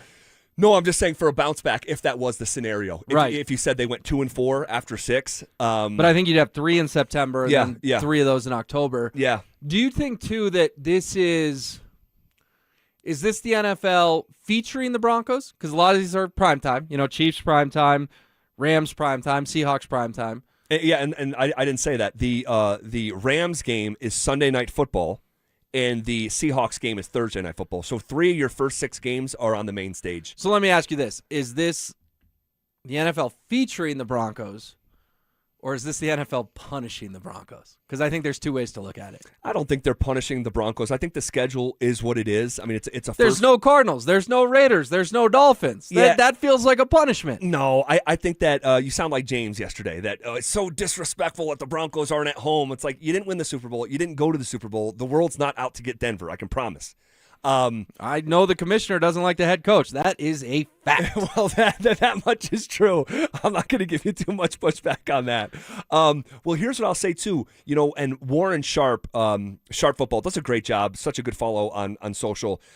He has the approximated win totals, for these teams in 2026. And this is the first 6 weeks from just a win total standpoint, approximate win forecast. 10.5 wins for the Chiefs, 9.5 wins for the Jags, 11.5 wins for the Rams, 10.5 wins for the Niners, 10 wins for the Chargers, and 11 wins for the Seattle Seahawks. I mean, it is brutal. But they have to play Denver as well. They do. They have to play the Broncos as well. They have to play this defense as well. But then you get to the middle part of the schedule, and I'll let you deliver it, but the middle is very forgiving. From about week 7 to week 15, you are playing a lot of bad football teams. So this is where you have to make your hay after that brutal stretch to begin the first 6 games of the season. In week 7, you're traveling to Arizona. Dub. All right, and they have a projected 4-win team this year. In week 8, you're playing Kansas City again. So you're playing KC twice in the first 8 weeks of the season. It has not gone like that in a recent history here in Denver. So that's your home game. Got to get that one at home. Have to. And then in week 9, you are traveling to North Carolina and playing the Panthers. Fun little story last year, but still a fairly mediocre NFC South team. You got to win that game. You have to, if you're going to be a playoff team, you have to win. With this schedule, you have to go win that game, of course. Week 10 is, in fact, the bye week for the Denver Broncos this year. Let's stop there. I kind of like this bye week, the placement of it, and you don't know what's going to be going on, all right? So the season will take its own shape and form. But in general, it is a bye week that is in the second half of the year, but it's not the latest bye week. I hate the early bye week. That's my least favorite. So I think this is a good placement, a week 10 bye. I'm good with a middle-of-the-road bye for sure. And there's definitely a chance you could go into the bye on a 3-game winning streak. Right, you beat Arizona, that's an easy win. You beat the Chiefs here, that's definitely a game you'll be a slight favorite in. And then you beat Carolina on the road. So even if you do start 3-3 or 2-4, there's a chance you could get to 6-3 or 5-4 at the bye. And if you're 6-3 or 5-4 at the bye, you're right in the thick of it. I don't like the phrase easy win in the NFL. You know that, but they will beat the Cardinals by 20 points. Because, Zach, those first 6 games are so hard, they're going to take their anger out on the Cardinals. Wasn't it a Thursday night game like 6-7 years ago? It was. They went to the desert, and what did Von Miller? Von Miller said something crazy. It was a great proclamation that they were going to go beat the Cardinals' ass, and you can put it up there on the bulletin board. And what'd they do? They went and put it on them. And apparently one of the emphases for winning that game is they did not want to have a huge losing streak heading into a Halloween party because it was going to be an extremely bad look, and they knew it. So they knew they had to play well. Was that the Chad Kelly one? To have that 700-person Halloween party where Chad Kelly infamously ends up in bracelets. What character was Chad Kelly? He was Woody. Woody from Toy Story. He was Woody, yeah. With vacuum cleaners in Inglewood. All right, so to move along here, you come out of the bye, and week 11, you are home hosting the Las Vegas Raiders. The week after that is week 12, and you're playing on a Friday. All right, this is the Black Friday game on Amazon, I think it is. We'll get Grumpy Al Michaels. You will get Grumpy Al Michaels the day after Thanksgiving. That is a road game in Pittsburgh on that Friday. So then you have a bit of a mini bye. So you have that bye week in week 10, Raiders in week 11, at Pittsburgh on a Friday in week 12, mini bye heading into week 13 where you are home against the Miami Dolphins. And for the information that we have right now, that is the most winnable home game on the schedule. Miami with a projected win total of 4.5 wins. Dub, they're marching for Arch. Yeah, probably so. Probably so. And then you look at weeks 14, 15, 16, 17, and week 18. It gets very interesting. We'll continue to comb through it next. Down 3 goals. The Avalanche refuse to quit. Colorado storms back from a 3-0 deficit, forces overtime, and wins it in thrilling fashion to eliminate Minnesota. Incredible! And punch their ticket to the Western Conference Finals. Ball Arena erupted as the Avs completed an unforgettable rally for the ages. Now, the quest for the cup rolls on. Your Avs are just 8 wins away from Lord Stanley. Denver Sports 104.3 The Fan. Denver's playoff headquarters. Workdays can be unpredictable, but your workwear shouldn't be. With the Cintas Apparel Plus program, you'll have freshly laundered garments for everyone on your team delivered every week. Cintas has workwear for just about any job imaginable, with high-performance fabrics and an uncompromising fit that stretches and moves with you. Don't leave looking and feeling good to chance. Visit Cintas.com. Oh, I'm ready! And get ready for the workday. Join us at Camping World's Red, White, and New Trade event, our biggest trade event of the year, May 14th through the 16th. Trade in your RV and get the highest value guaranteed. Then upgrade for less with new RVs starting as low as $94 a month. Plus, take 25% off select maintenance services. Save up to 40% on camp-ready must-haves. And enter to win a new RV. Don't miss the Red, White, and New Trade event at your local Camping World, May 14th through the 16th. We'll see you there. We've got unbelievable prices on appliances this Memorial Day. Hi, I'm Brad Barnett, president and founder of Mountain High Appliance. We're talking stainless dishwashers starting at just $369, chest freezers for $199, or an entire stainless steel kitchen for only $19.99. Plus, we'll match any local competitor's price. Hurry in, Memorial Day savings are going on now at Mountain High Appliance. Visit us today and experience the difference. Mountain High Appliance, your favorite appliance store. Thank you. Ben Franklin here to talk to you about water filtration. Unfiltered water in your home is no joke. Did you know tap water can shorten the life of your pipes and, even worse, be dangerous to your family's health? Our punctual plumbers can install a whole home system that filters water before it enters your pipes. Visit BenjaminFranklinPlumbing.com or call 877-BEN-1776 to request an appointment. Go with the flow, the local pros call Benjamin Franklin Plumbing. Independently owned and operated, licensed in their respective state or county. You know, I was talking with a friend the other day. Good job, good house, doing everything quote-unquote right, but still drowning in bills, groceries, gas, credit cards. It all added up. And she told me, I just don't see a way out. But she did have a way out. She called my friends at American Financing, and they're helping people just like her and just like you every single day. Imagine decluttering your monthly bills into one manageable payment. Their average customer saves $800 a month, and you may even delay 2 mortgage payments. And if you're refinancing, you may close in as fast as 10 days. Stop financing your past and start funding your future. Make your equity your exit strategy. If you're over 50 and still carrying credit card debt, you could be paying on that for the rest of your life, especially with interest rates over 20%. American Financing is a family-owned mortgage lender licensed in all 50 states with salary-based mortgage consultants, no upfront fees, and no obligations. So call them at 303-695-7000 or visit them online at AmericanFinancing.net. NMLS 182334, NMLSConsumerAccess.org. In a city full of choices, your savings destination is Groove Toyota, the oldest family-owned Toyota dealership in the Denver Metro. Over 200 pre-owned vehicles in stock, including MPG MVPs and Toyota certified with full warranties. Visit GrooveToyota.com. Don't wait. 50 vehicles priced under $15,000 won't last. Buy today in person or at GrooveToyota.com. Start here. Go anywhere. Offer expires 6/1/26. Not all will qualify. Restrictions apply with approved credit. Call 720-961-4465 for complete details. Getting a little older doesn't have to mean, well, getting older. This is Jeff for the Rocky Mountain Men's Clinic. And if you're feeling low energy, can't sleep, can't lose weight, are struggling with brain fog, or your sex drive is off, it's time to change it up. At the Rocky Mountain Men's Clinic, our advanced medical strategies featuring TRT, GH peptides, NAD+, GLP-1s, PDA, and more treat low T and other hormonal issues to help you shed pounds, have more energy, enhance your body composition, improve improve sleep, increase your sex drive, and so much more, getting you back in the game again. So don't be older. Be stronger in the gym. Be sharper at work. Be better in the bedroom, and be more confident in every part of your life. So call us today and find out how our advanced treatment strategies could change the game for you.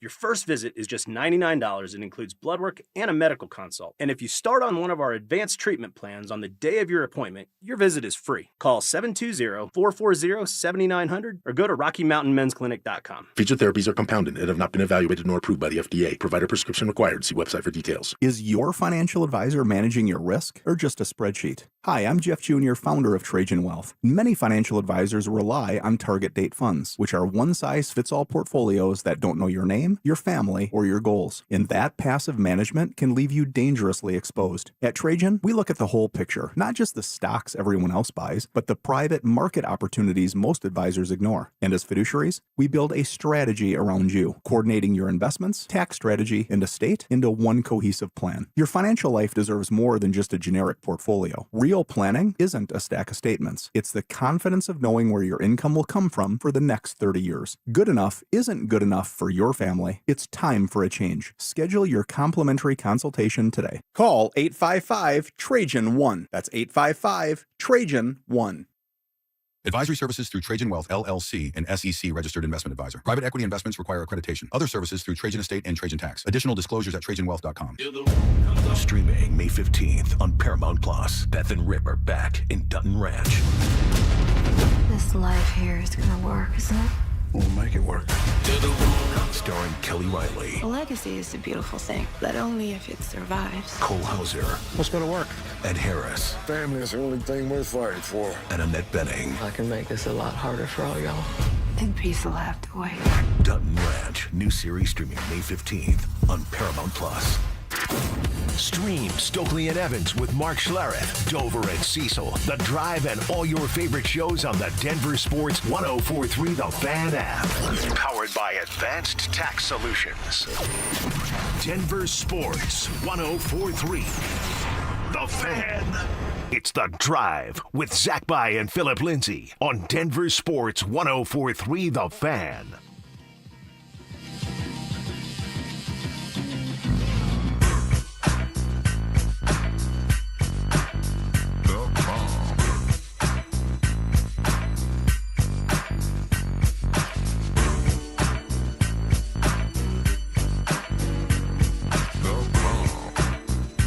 All right, rolling along here, reacting to the Denver Broncos schedule release.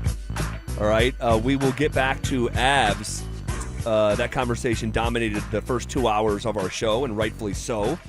It's a legendary win last night. We'll circle back to it here very shortly.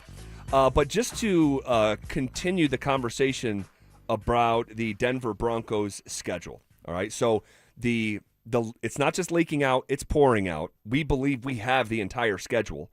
Our audience is always coming and going, so let's just reset the games that we've already put out there. Week 1, Monday Night Football at Arrowhead. Week 2, hosting the Jacksonville Jags. Week 3, hosting the Los Angeles Rams on Sunday Night Football. Week 4, traveling to play Kyle Shanahan and the San Francisco 49ers. Week 5, traveling to Los Angeles to play Jim Harbaugh, Justin Herbert, and the Chargers. And Week 6, you are at home hosting the World Champions. That is as draconian of a stretch of schedule that you will find for any team in the National Football League. Advancing forward, it's Week 7 away at the Arizona Cardinals. A nice reprieve from that 6-week stretch. Oh, but you told me the Cardinals are, worrisome or whatever the word is. I didn't use a word anything close to that. I just said I don't like when you call wins in the NFL easy. That's an easy win. You've learned your lesson. You should have already learned your lesson on this. But will I pick the Broncos to win and probably cover? Yes. But let's just, in a de facto home game, by the way. Yes, it will be. It will be. Cardinals are not supposed to be good. You have to win that game. A lot of orange in the stadium that day. No doubt. Week 8, you are home against Kansas City. So you play the Chiefs twice in the first 8 weeks of the season. Maybe that's a good thing from a Mahomes ACL standpoint. Not sure. Week 9, you are traveling to Carolina, who had a bit of a revival of a season in the playoffs last year. Week 10 is the bye week. Week 11, you're home against the Raiders. Week 12, you are traveling to Pittsburgh on Black Friday. All right, and that brings us to the home stretch of the season, weeks 13 through 18. Week 13, you are home hosting the Miami Dolphins.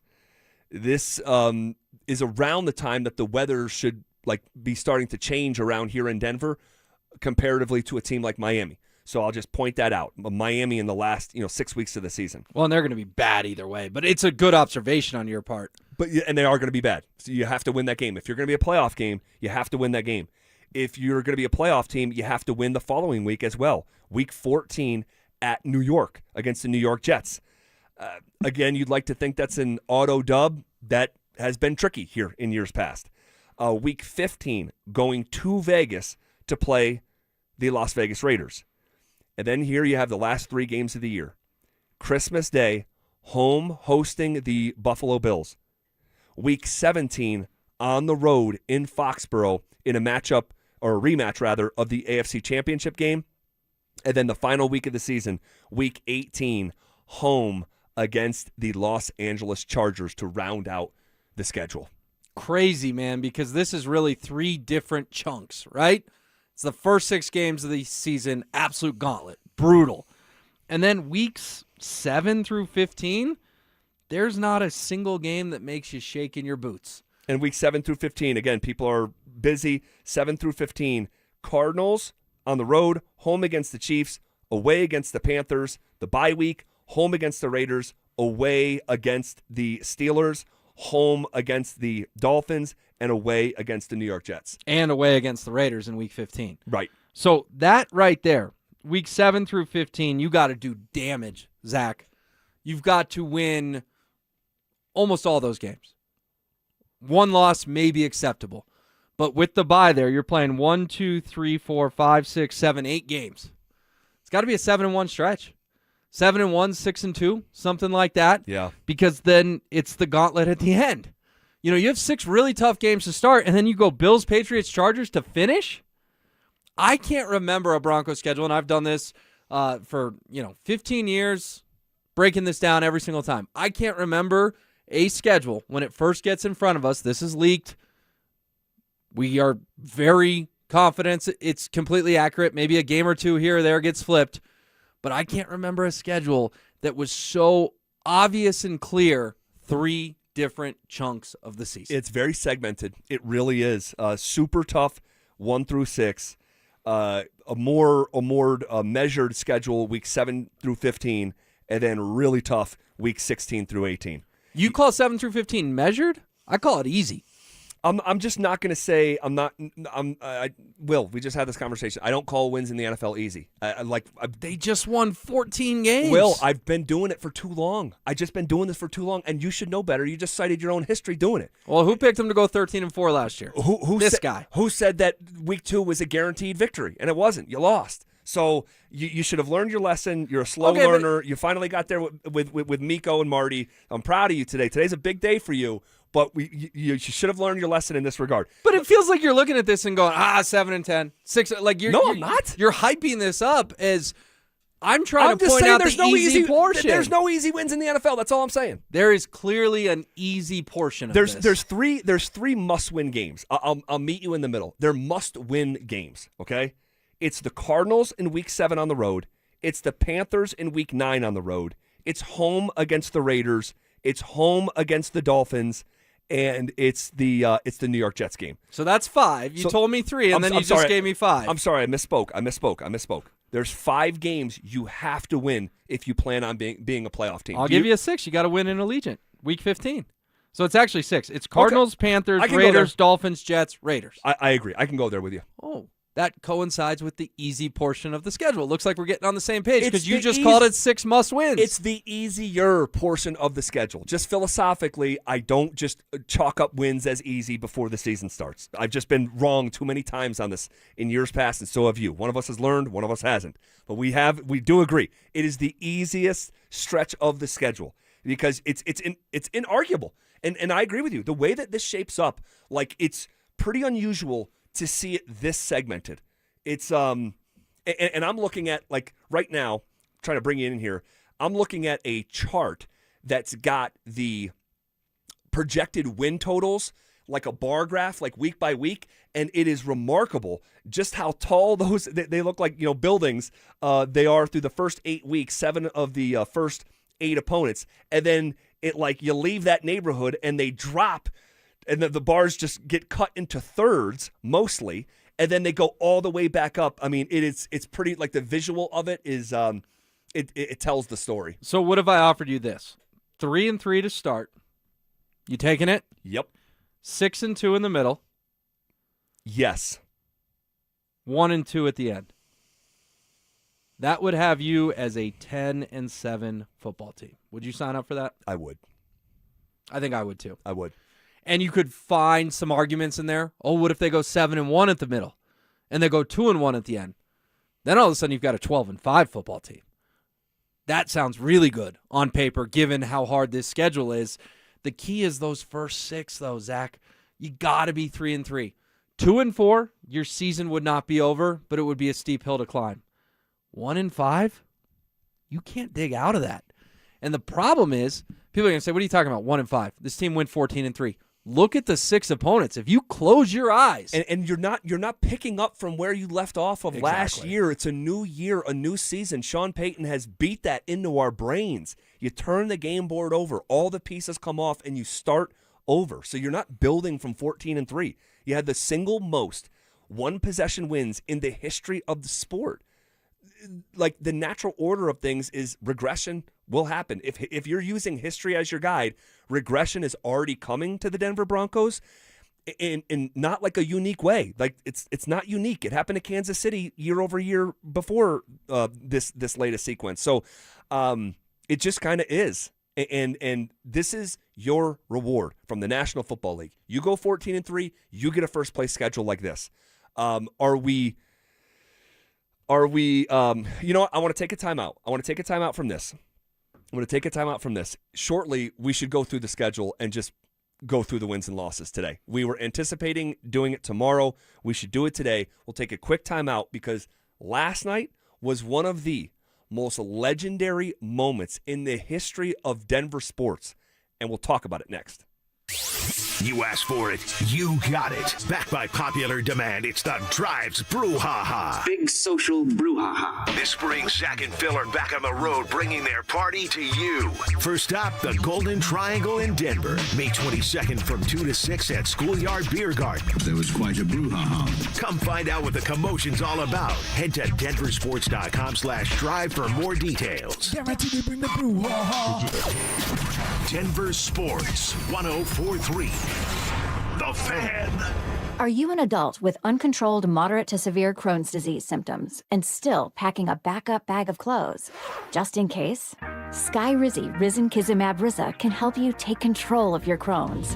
Feel significant symptom relief, including less abdominal pain and fewer bowel movements at 4 weeks. Plus, Skyrizi is proven to help people achieve remission and visibly improve damage of the intestinal lining. Individual results may vary. Skyrizi is a prescription injection medicine. Don't use if allergic to Skyrizi. Serious allergic reactions, increased infections, or lower ability to fight them may occur. Before treatment, get checked for infections and tuberculosis. Tell your doctor about any flu-like symptoms or vaccines. Liver problems leading to hospitalization may occur when treated for Crohn's. Ready to take control of your Crohn's? Ask your doctor about Skyrizi, the #1 prescribed biologic in Crohn's disease. Control is everything to me.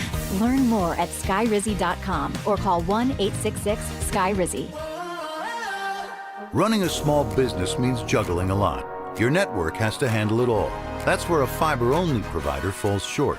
You deserve a partner who gives you a greater advantage. Introducing the Total Solutions Advantage only from Comcast Business. A first-ever combination of the largest, fastest fiber-powered network, the most reliable Wi-Fi, gig speeds with equipment and security included, and a 5-year price lock. Plus, it's all backed by a 30-day money-back guarantee. The Total Solutions Advantage only from Comcast Business. A new standard for small business with reliability, security, and savings in one. When you add it all up, no one does business like Comcast Business. Switch today. Get started for $60 a month for 12 months when you add an advanced solution to a qualifying internet package. Limited time offer. New customers only. Requires 300 megabits per second internet, security edge, and additional qualifying service. 1-year agreement, paperless billing, and autopay with bank account required. Taxes and fees extra. Most reliable Wi-Fi based on Open Signal Awards USA Fixed Broadband Experience Report, May 2025. Trucking companies and their insurers have teams of lawyers ready to protect their bottom line the moment an accident happens. I'm Rob Wilhite of the Wilhite Law Firm, and for nearly 50 years, my firm has been going toe-to-toe with them on behalf of seriously injured victims in Colorado. We know how to investigate these cases, build them, and win them, and we won't stop fighting until we get you the maximum compensation you deserve. If you've been seriously injured in a trucking accident, call us today. The Wilhite Law Firm, 303-GOOD-LAW, or visit wilhitewins.com. Stoke here for ROX Rocks Heating and Air. Are you in the market for a new air conditioner? Well, hold on. You need to think about a heat pump. My team at ROX are Colorado's heat pump experts and rebate specialists. Get up to $12,000 in energy rebates and credits. These savings are incredible, but they're only available for a limited time. Only at ROX Rocks Heating and Air. Now play that jingle. HVAC service, installation, repair. ROX Rocks Heating and Air. It's here, and Permagreen's got it. Hi, I'm Roxy Vendina for Permagreen's new Canadian Sphagnum Peat Moss, now available at Home Depot. It's the perfect conditioner for Colorado's clay alkaline soils. You don't need a miracle, you need Permagreen. The right financial strategies can make a huge difference, especially if you're nearing retirement. Adam Mueller talks retirement strategies with Mile High Money.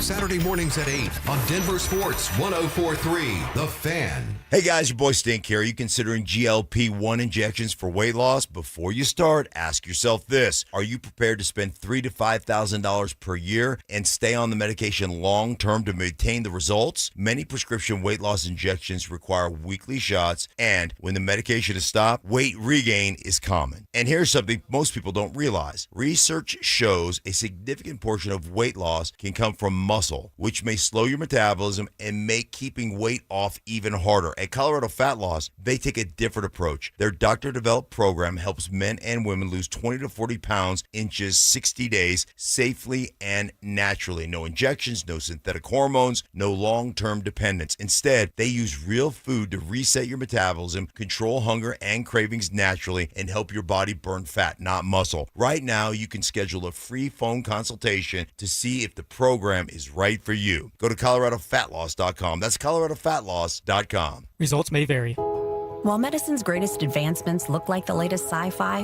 one of our most powerful tools is far more simple, more human. It's a calling to connect with purpose by treating people, not just patients. With innovations that amplify healing and lead to more personalized care, guided by the belief we all hold the power to heal. At Common Spirit Health, clinical excellence lives here. Human kindness lives here. Learn more at mountain.commonspirit.org. I've got to tell you about Champ Honda. If you're looking for an SUV that can handle Colorado, check out the new 2026 Honda CR-V. It's comfortable, capable, and perfect for everything from your daily drive to weekend getaways. Right now, Champ Honda has the largest inventory since before COVID, so you've got more options than ever. And I love this. Champ Honda does things differently. Their one price, one person, 1 hour philosophy means a fair price up front and way less time at the dealership. They never charge dealer handling fees. Your roof's the single most important part of your house. Snow and high winds can damage your roof. Don't trust your roof to any fly-by-night roofing companies. Call the professionals at Golden Spike for a free roof inspection and tell them you heard about it on The Fan. They're a locally owned company and a Team Dave Logan member. Call Golden Spike Roofing when your roof needs a fix. 303-942-1386. Golden Spike Roofing. Denver Sports 104.3 The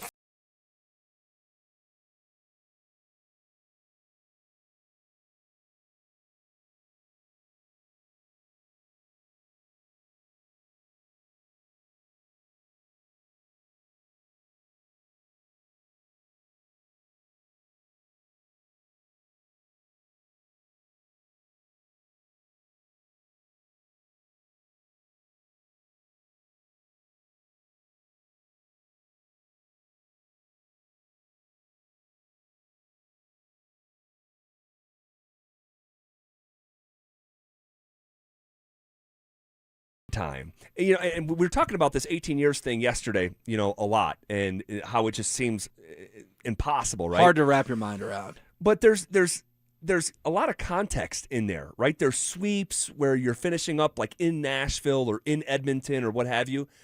The statement that I thought was even more profound is that going into yesterday, the Avs were trying to get out of the second round for the second time in 24 years. That is like hard to reconcile, and thankfully they did it. Yeah, when I was a kid growing up here, an Avs fan, the Western Conference Final felt like a birthright. That's what they always did. Now, a lot of times they ran into Detroit or Dallas and came up a step short of being the Cup final, but of course in 96 they got over the mountain, in 2001 again as well.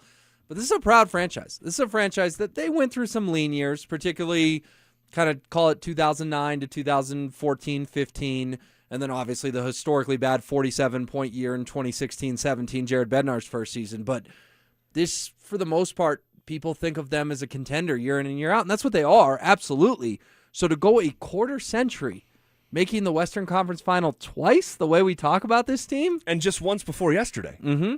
I mean, like, that was, and I think if you walked around like man on the street style, Denver sports fans, and said yesterday morning, hey, who has made it out of the second round more often in the last 24 years, the Denver Nuggets or the Colorado Avalanche? I feel like just the natural reaction would say the Avs, but that's not the case. And it's you could throw the Broncos in there too with the AFC title games.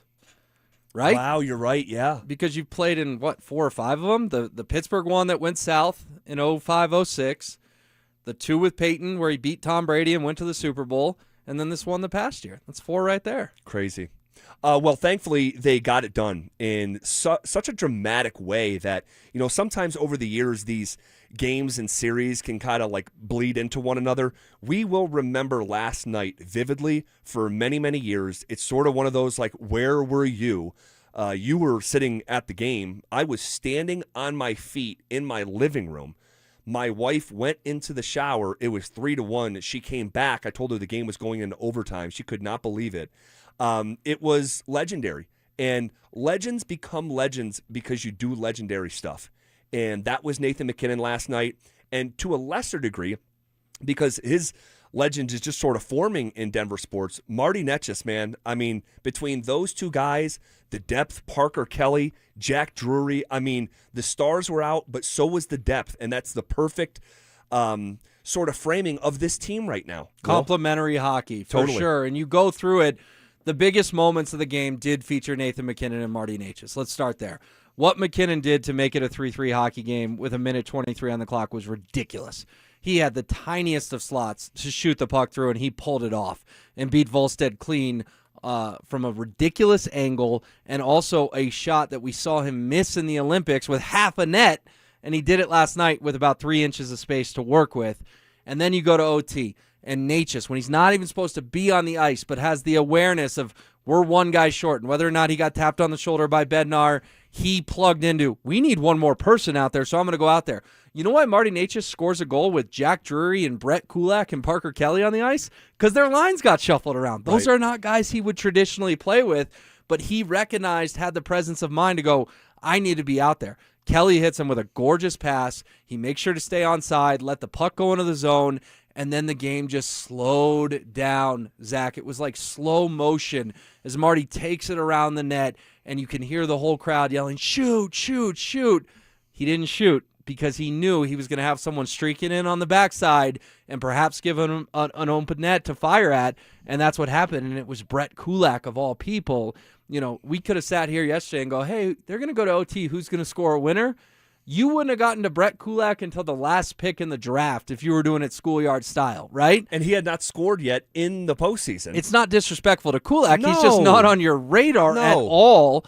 And he becomes the hero. It reminded me of Darren Helm against St. Louis in 2022. Totally.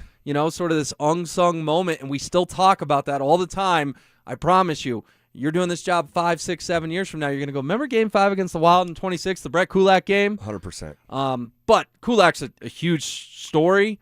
McKinnon and Necas are the stories. McKinnon for what he did to make it 3-3, and Necas the way he created the OT winner. Yeah, it was a legendary moment for Nate, who's got a long list of moments kind of like this, but that one goes on the all-time career highlight when he's going into the Hall of Fame type of goal.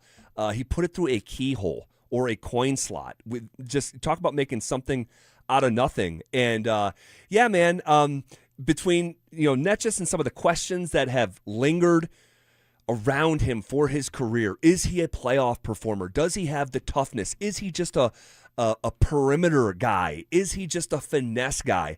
We're watching Marty Necas really come into his own. Will, he had 10 points in the series. Think about that. 10 points in a series that lasted 5 games.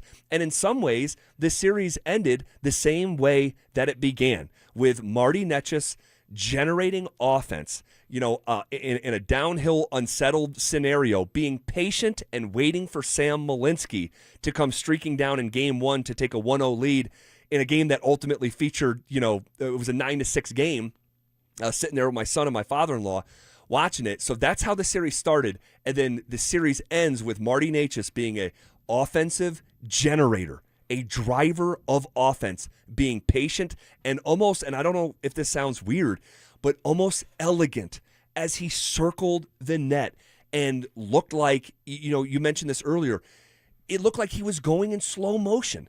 And when you have an athlete, when the series is hanging in the balance and you're in literal overtime and your heartbeat is that slow and you have the patience to let that play develop and you have 19,000 people screaming shoot at you and you put a flat puck on his tape, are you kidding me? And I'll just reemphasize what Bednar said a week ago when it comes to Necas. Some of those critiques and criticisms, they were valid then.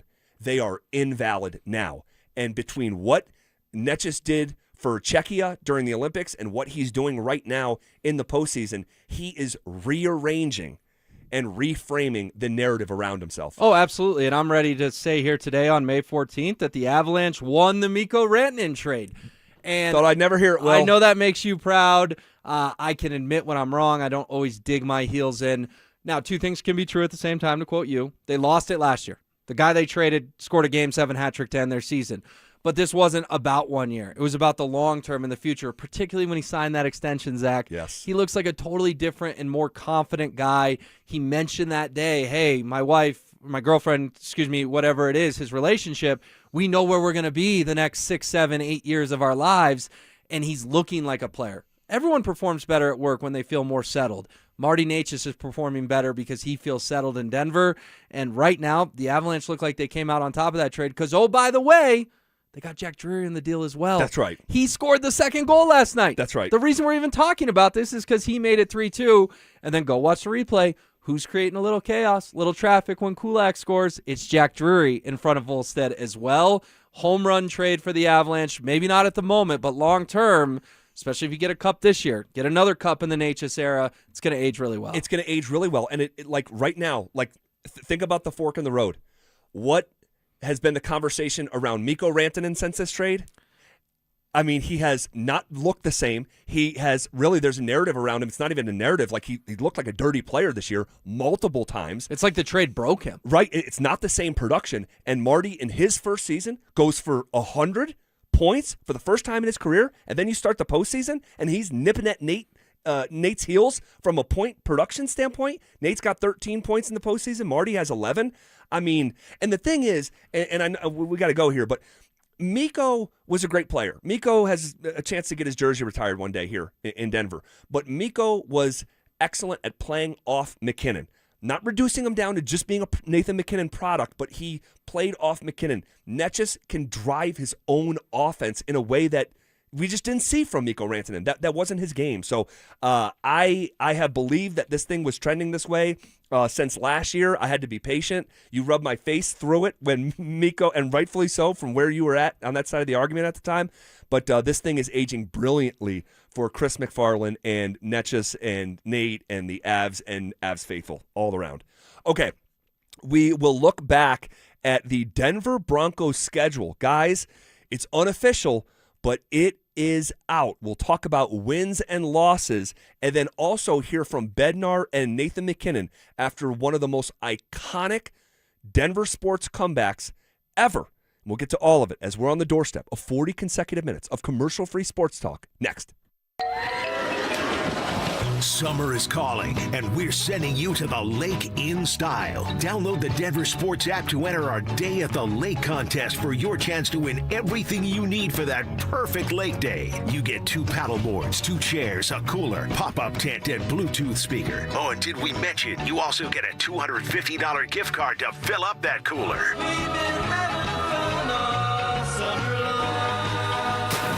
Download the Denver Sports app now and enter today. We'll see you at the lake. Denver Sports 104.3. The Fan.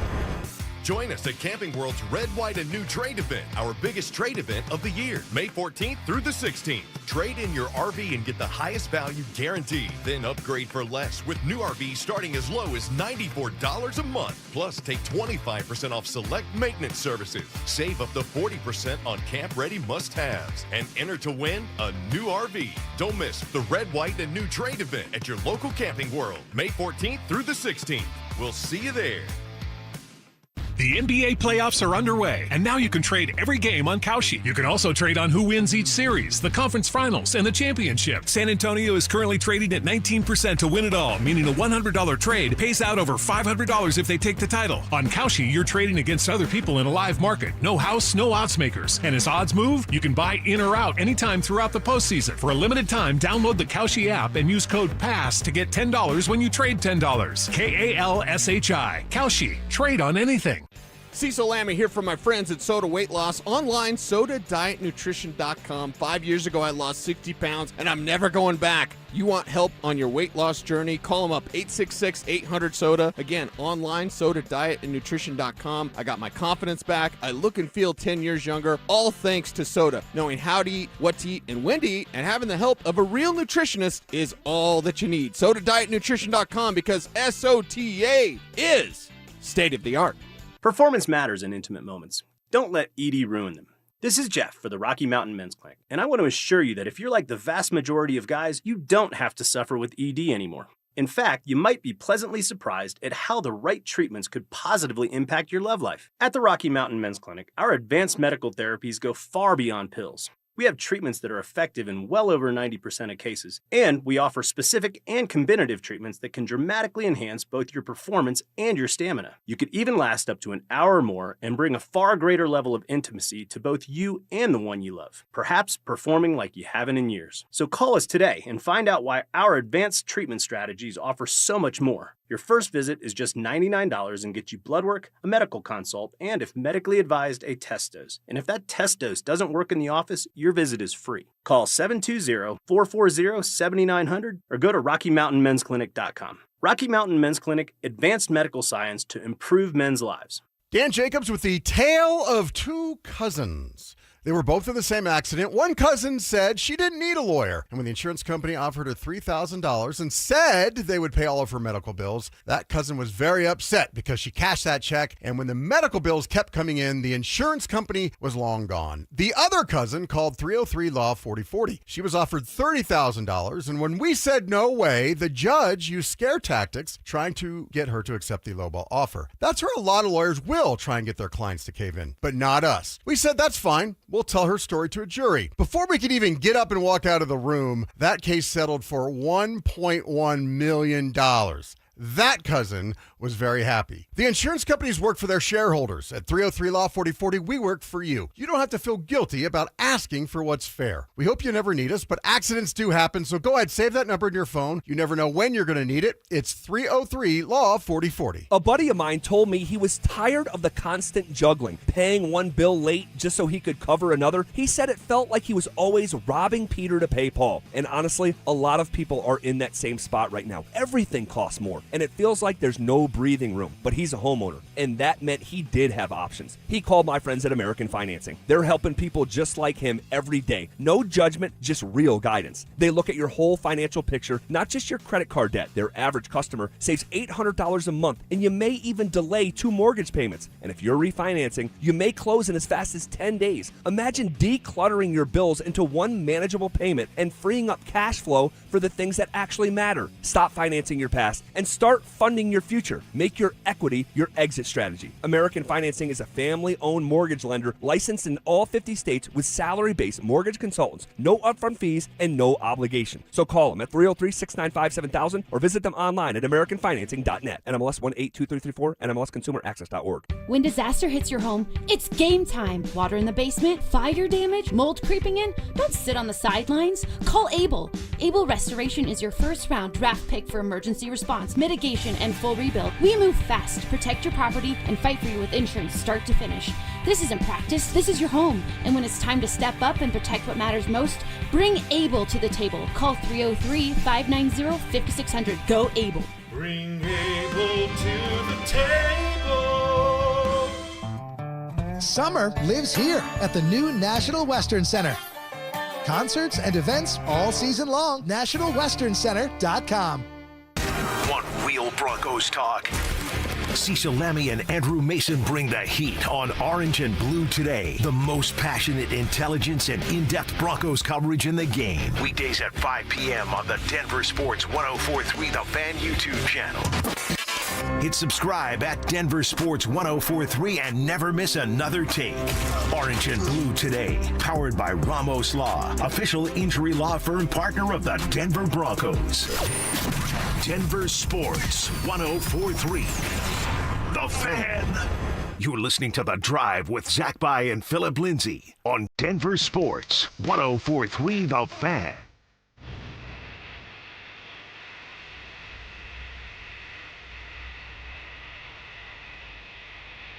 Rolling downhill here on a Thursday, hanging out with Will Peterson filling in for Phil. Phil will be back on Monday. I want to get back into this Denver Broncos schedule, and there's a lot to it here. There's a lot to it. I feel like we should reset it for our audience. It is, which is always coming and going. And let me just rifle through it. You good with that, Will? Yeah, and just, it's not 100% official yet. We just feel really good about it because it's coming from so many different sources. Yeah. So I guess we'll throw that disclaimer in there. The official one comes out at 6 o'clock tonight, and we are going to do a live scheduled release show with John Davis and Chad Andrus from 6 to 8 o'clock. So if you want that that dedicated Bronco conversation on the night of the scheduled release, we have your back. All right. So week 1, you are on the road at Arrowhead. All right. Hey, why don't you let's have a little fun here. Why don't you assign a 1 through 10 difficulty factor, with 10 being the most difficult game that you can have in the NFL, okay, and 1 being the easiest game that you can have in the NFL. You go with that? Yep. All right. So can I have multiple of the same number though? Absolutely. Yeah. Well, I think I have to because there's 17. Yeah, I was going to say 17 games at 1 through 10. All right. So week 1 on the road at Arrowhead on Monday Night Football. It's about a 7. Now, it would be a 9 or a 10 if we knew Patrick Mahomes was 100% healthy. It's not Arrowhead in December, but it's still Arrowhead. They're coming off a very disappointing season. They're still contenders in my eyes. It's going to be a jacked-up atmosphere, and the Broncos are going to have to be ready to go. And unfortunately, in the Sean Payton era, they haven't been ready to go when the season kicks off at different times. So I will give it a 7 with the caveat, if Mahomes looks like Mahomes, that number jacks up. How about you? I would say 8. Because I think that Mahomes is going to be good to go, and I don't think the league puts Kansas City on Monday Night Football if they don't have it on at least decent information that every word out of Kansas City is, man, he's ahead of schedule. Mm-hmm. So, but you've been sleeping on the Chiefs a little bit, so I'm surprised to hear you put it at an 8. You're right on that. You're right. I think it's his first game of the season on the road in Arrowhead. The Broncos have won twice in September at Arrowhead. So week 2, hosting the Jacksonville Jags. It's also a 7. Okay. Week 3, it's Sunday Night Football hosting the Rams. That's an 8. Week 4, you're on the road at San Francisco. That's a 7. Week 5, you're on the road at the Chargers. It's a 6 because the stadium will be half orange, and I don't trust the Chargers. All right. Week 6, you are hosting the world champion Seattle Seahawks. It's an 8, but I do think short week at home should benefit you with, again, the reminder how much they struggled short week at home against the Raiders last year in that ugly 7-6, 10-7 slop fest. 10-7, yeah. So it's an 8, but I do like the fact that it's in Denver. And we know Sean Payton once signed up infamously for a short week on the road. I still can't believe he did that. Against the Chargers. This year, it looks like your only Thursday night game will be at Empower Field at Mile High. All right, we move to week 7. You are on the road against the Cardinals. That's a 1. In week 8, you are home against Kansas City. It's a 6. In week 9, you are traveling to Carolina. 5. Week 10 is the bye week. Week 11, you are home against the Raiders. 2. Week 12, you're on the road. It is a Black Friday football game at Pittsburgh. That'll be on, I believe it's Amazon that day. Yep. Grumpy Al Michaels the day after Thanksgiving. It's a 7 just because it is Pittsburgh late in the year. Yeah, and a short week. Tough place to play. You get to week 13, you are hosting the Miami Dolphins. 1. Week 14, you are on the road at the New York Jets. It's a 3 just because I hate MetLife Stadium, and the Broncos traditionally have not played very well there. It's true. Week 15, you are in Vegas at the Raiders. Also a 2, same as the Raiders home game. Week 16 is Christmas Day, hosting the Buffalo Bills. It's an 8. Week 17, you are on the road in a rematch of the AFC title game in Foxborough. That's a 9.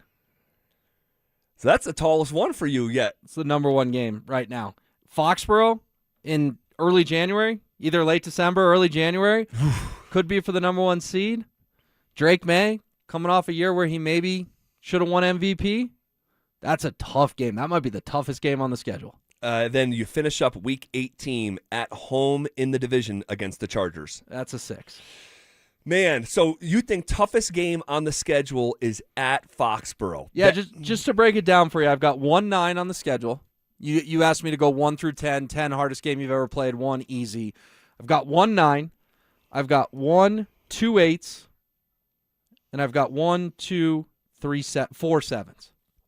Man, I'm looking at that game in Foxborough. That might be the tough game of the year. I mean, it's the toughest road game. The hardest opponents, just in general with a broad stroke, are coming to Denver. Correct. So it's the Rams, it's the Seattle Seahawks, it's obviously the Chiefs in division, it's the Buffalo Bills.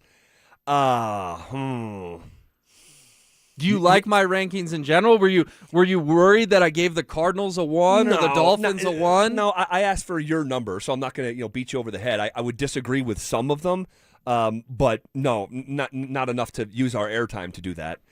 So I would say the toughest road game is the Patriots. I think the toughest home game is Seattle. Do you agree with that? So I had that at an 8 as well as the Bills at an 8. I did a tie.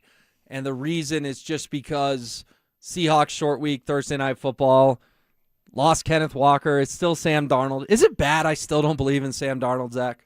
The guy just won a Super Bowl, and I'm sitting here going, I don't know if I believe him. And he was pretty awesome, too. He was great. But there's one hit wonder potential with the Seahawks.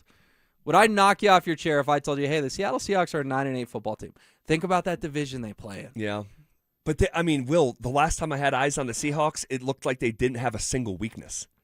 They replenished the running back position in the first round as their MVP walks out the door in Jadarian Price. But we don't know that's apples to apples because Ashton Ginty was the same hype as Price, and he had a pretty underwhelming rookie year. Yeah, but he's running behind the Raiders' offensive line. I mean, it's different. I don't know. I put a whole bunch of respect. Like, what Mike McDonald has done in a short period of time, like that roster, that coaching staff, they are excellent. I have that as definitively a harder home game than Buffalo.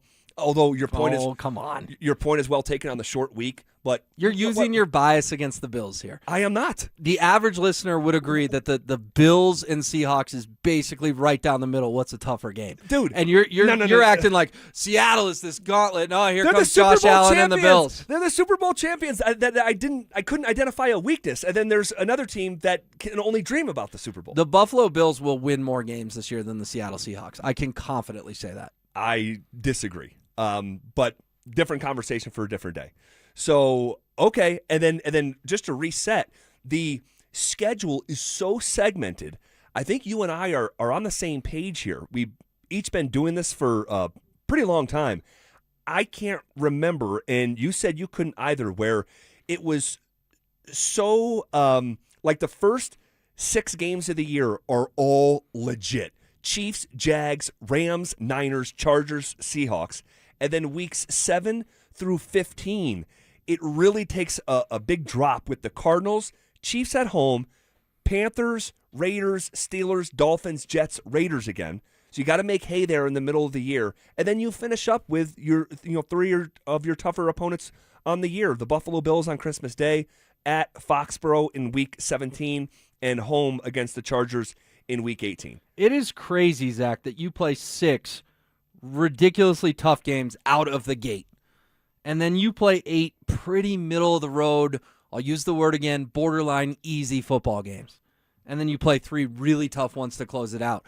You said it well. We've done this for a long time. We've had schedules put in front of us.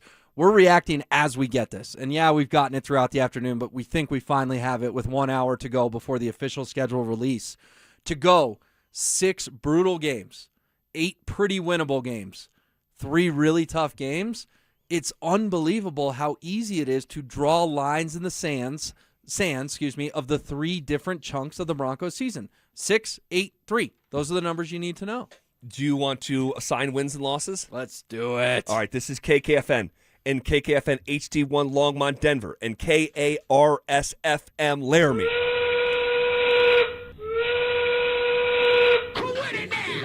We are coming with it, and we are coming for it. It's Zach By hanging out with Scrappy Will Peterson, filling in for Phillip Lindsay, and we are The Drive, powered by Regen RX. All right, we'll get back into the Avalanche conversation here shortly, but just to finish this, it's sort of like, there may be nothing more frivolous in sports talk radio than going through on the schedule release day wins and losses. I love it. But I am so here for it, and every year I'm here for it. And here's the thing. At their core, sports are supposed to be fun, okay? And this is a fun exercise. We reserve the right to change our mind, but we'll always look back at what we thought the Denver Broncos were going to be when the schedule came out. I remember when the schedule came out a year ago, I had them at 10-7, the same record as they had the year before, but being more believable and beating some more winning teams as opposed to that 2024 season. What did you have the Broncos at a year ago? I was wrong. I had them at 13-4. Let's see how you frame it. There were 3 people who work here who had the Broncos at 13-4. You've told us for the last 11 months. All right, so shout out Cease and Kistner. All right, week 1, Kansas City on the road in Arrowhead. Win or a loss? L. I also am going to go with an L. And my quick explanation is that the Chiefs, while I believe the Broncos are currently passing organizationally, until I see the Broncos start fast, I just will hedge a little bit. The Broncos have been 1-2, 1-2, and 0-3 in 3 years under Sean Payton. And if you go look at the last 8 years of Sean Payton in New Orleans, it's also like it mimics the slow starts. So because of that real tangible history that I'm able to draw from, and just combined with the Broncos have beat Kansas City in Arrowhead twice in the month of September. So there's some history working against them. And you factor in the atmosphere, the return of Patrick Mahomes almost certainly, Travis Kelce going into his, I would guess, final season in the NFL, the Taylor Swift effect, and I'll just bring it up, the Zebras be better for the league if Kansas City wins this and gets off to a 1-0 start. Getting your conspiracies off the ground before the season. Proud of you. Jags week 2. I'm going to go with a win. I think they atone for that beatdown that they took a year ago. Yeah, I've got a dub as well in that game. Look, they're not going to get off to a fast start per se with how tough these 6 games are, but they're certainly not going to start 0-6. Jacksonville, to me, you come back home, probably a Sunday afternoon game in Power Field at Mile High, gorgeous September afternoon, and Denver gets to 1-1. All right, we go to week 3. It's Sunday Night Football, home against the Rams. Hemming and hawing here. Playing in Denver is really hard. Playing in Denver in September is really hard. For opponents. Yeah, for opponents. It is the best home field advantage in professional football throughout history, coming a Mile High in September, especially when Sean McVay historically does not play a lot of starters in preseason games. Broncos find a way to win that game. I got a dub as well. We're on the same page through 3 games here. I think the Rams, they are contenders for sure.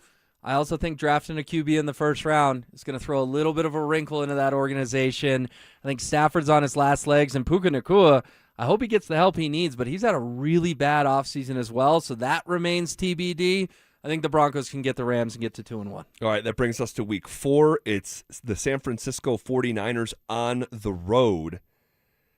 I don't like how I feel about this one. I'm going to have that as a loss. Wow. We did not do this exercise beforehand. No. And we both have that as a loss, and we both have them at 2-2 through 4 games. All right, we get to week 5. By the way, can you take Christian McCaffrey home with you if you win that game? Like, say the Niners are struggling this year and he's a trade deadline candidate. It's like, just come back to Denver with us. Wow. Like paying for playing for pink slips in Fast and Furious? Exactly. I don't hate it. If they get off to a bad start, could CMC be on the block? Yes. I agree. Yes. You get to week 5. It is on the road, albeit a pseudo home game at the Chargers. I'll go with a loss here.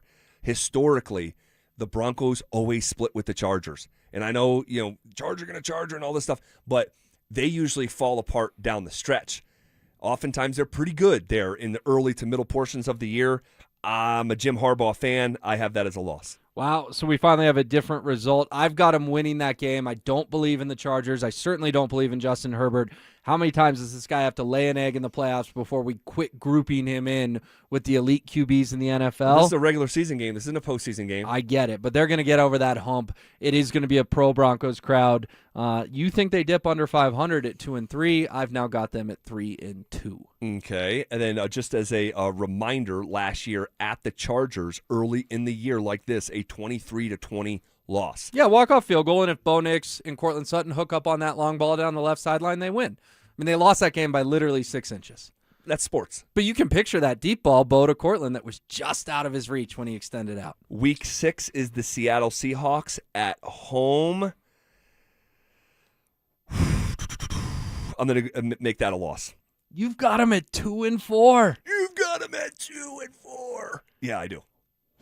With the information I have right now, yeah, I got them at 2-4. The Seahawks are going to take a step back. Give me a win, and they're 4-2.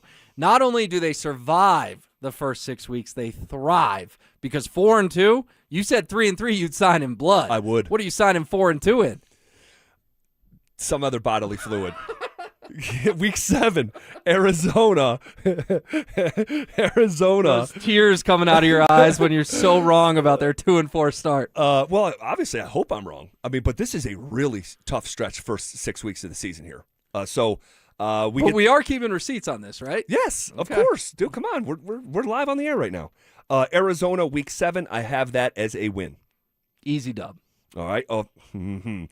Week 8, you're home against the Kansas City Chiefs. You play Kansas City twice in the first 8 weeks of the season. I have the Broncos getting payback and beating Kansas City. I have that as a loss as well. I have a win. No, I'm saying they're going to lose to the Chiefs twice. Okay. That's my prediction. Okay. Week 1 and week 8. I really think Kansas City's an 11 or 12 win football team. I think they're going to get them twice this year. All right. We move to week 9. It's the Carolina Panthers. I have that as a Broncos win. Dub as well. All right. We move to week 10. It is the bye week. We go to week 11. It is the Las Vegas Raiders at home. That is a win. That's a win. Who's the quarterback that day, Zach? I think that's the $1 million question. Not for the Broncos, but for the Raiders. Fernando Mendoza. Week 11, Fernando Mendoza, yeah. What if Kirk Cousins has them flirting with 500? And they're 4-6. We haven't made the playoffs in years and years. Kirk Scott is still contending, even if they're, in the hunt on the wild card graphic. Would they do the whole let Mendoza sit and learn a whole year thing, which I get, he's a number one pick, but that has worked at other junctures with letting a rookie sit behind a vet an entire season. I got to be real. I just don't think that we're going to see that. I think it's going to be Cousins for the first 5 or 6 weeks. I think Cousins is done, man. He's cooked. It doesn't look like he can move anymore. I mean, he had a great career. I've been a fan of his from afar, but I don't envision that. So yeah, I'm going to stick to my guns and say Mendoza. We get to week 12 here. It is the Black Friday game, and it is on the road at Pittsburgh. I think the Broncos find a way to figure that situation out. They leave with a win. I'm going to say loss in that game just because I think it's a really tough place to play, and I still can't get over, remember, in 2015, the year they won the Super Bowl. They had to go to Pittsburgh late in that season. They lost the game. If Aaron Rodgers has anything left in the tank, and I know it's not Mike Tomlin, it's McCarthy, but I don't see the Steelers really falling off a cliff. I think the organization is too proud, too well run. I think Pittsburgh will get the Broncos that day. All right, we move to week 13. It is home against Miami. That has to be a W. Yeah, definitely. I think the Dolphins would be a good landing spot for Arch Manning, and I think they would like that as well. And we know the Manning family sort of likes to pick destinations, particularly with Eli. That was a very famous controversy. I think they'd actually probably be okay with him going to the Dolphins as opposed to somewhere like the New York Jets or the Cleveland Browns. All right. We move forward to week 14. Week 14 is on the road at the New York Jets. I have that as another win. By my count, the Broncos have won 7 games in a row. Wow, I love it. So that 2-4 start is a thing of the past in ZB's eyes. I've got it as a win too, but can I put a little asterisk? Sure. Ugly win. You walk away ticked off kind of win. I could see it, yeah. What happened in London last year? Everyone woke up really early. They won, and we still all walked away mad. What happened in MetLife the year before? It was a disaster. Bo Nix threw his first touchdown pass, and they won 10-9 because Nick Folk hooked the field goal or had a field goal taken by the wind near the buzzer. So it's going to be a dub, but it's not going to be one that makes you feel very good. No, I actually agree with that. Then you get to week 15. It is on the road at the Las Vegas Raiders. I have that as a win, and the Broncos sweep Vegas. Yeah, I think it's a win as well. Definitely Mendoza by then. I think I may disagree with you a little on week 11 if it's Cousins or Mendoza, but they'll be out of it at that point. They want to get a look at their number one pick. All right, we get to week 16. It is at home against the Buffalo Bills. I go back and forth on this one. I'm going to go with a loss. The Bills are a regular season team with revenge on their mind. I think in a lot of ways, Buffalo outplayed Denver in that postseason game. I mean, how do you have 5 turnovers and still get to 30? So I think they'll come in here and, much like they have done through the years, losing to Kansas City in the postseason, but beating them in the regular season. I think it's 4-1 in the last 5 regular season games, Buffalo against Kansas City. I think a similar pattern develops here. Bills get their regular season payback only to lose about a month later and break their fans' hearts all over again. Sounds like you're speaking from experience. Yes, I have the Bills beating the Broncos that day too. Josh Allen is going to be very motivated, and you nailed it. The Bills, they win big regular season games. They don't win big playoff games, but Christmas? You kidding me? There's going to be, 40 million people watching that game? Yeah. That feels like the Bills win. Everyone thinks the Bills are going to hoist Lombardi, and then a month later they fall on their face. Yeah, and you said that's 2:30 in the afternoon, right, on Christmas? That's what the leaks are saying. We'll get official word here in about 45 minutes. Yep, and then we get to week 17, what I believe is the toughest road game of the Denver Broncos season. Week 17, rematch of the AFC title game in Foxborough. This is another one I go back and forth on. I'm going to go with a loss. That is a really tough place to play any time of year, but it is a really tough place to play in late December, or excuse me, that would be in January. Yeah, no, it's going to be tough, but I think this is the kind of game the Broncos win, and they get firmly on everyone's radar of, they may win the Super Bowl. They just went into Foxborough Week 17 and beat a very good Patriots team. Give me a Broncos victory. All right, and then that brings us to the final game of the season, a home contest against the Los Angeles Chargers. I have the Chargers beating the Broncos early in the season in Week 5, the same way that the Bolts knocked off Denver early in last season, but I have the payback coming in Week 18. The Broncos once again split with Los Angeles. Yeah, and obviously Week 18 last year, the Chargers didn't have anything to play for and helped the Broncos secure the number 1 seed. I think they'll have something to play for this season, but I don't believe in the Chargers. As I said before, give me a dub. All right, so legitimately, I do not know how many wins I have down here. I think the best way to do this, and doing it through the years like you have, is you go through organically.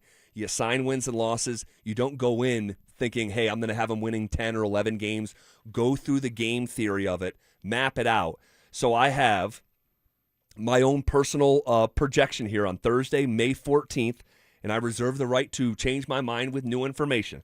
But with the information that I have right at the ready, I have a win against Jacksonville in Week 2, a win against the Rams in Week 3, a win against the Cardinals in Week 7, a win against Kansas City in Week 8, a win against Carolina in Week 9, a win against Vegas in Week 11, a win against Pittsburgh in Week 12, a win against Miami in Week 13, a win against the New York Jets in Week 14, a win against the Raiders in Week 15, and a win against the Chargers in Week 18. That brings me to 11 wins. That is a record of 11-6. Yeah, you and I are very similar here, but I've got them winning one more game. I've got the Denver Broncos going 12-5, which, as you said, we don't have an agenda here. I didn't come in this morning going, I'm picking them to go 12-5. I got there naturally, organically, and I'm a little surprised. I'm not going to lie. I would have thought I'd have them at 10-7 or 11-6.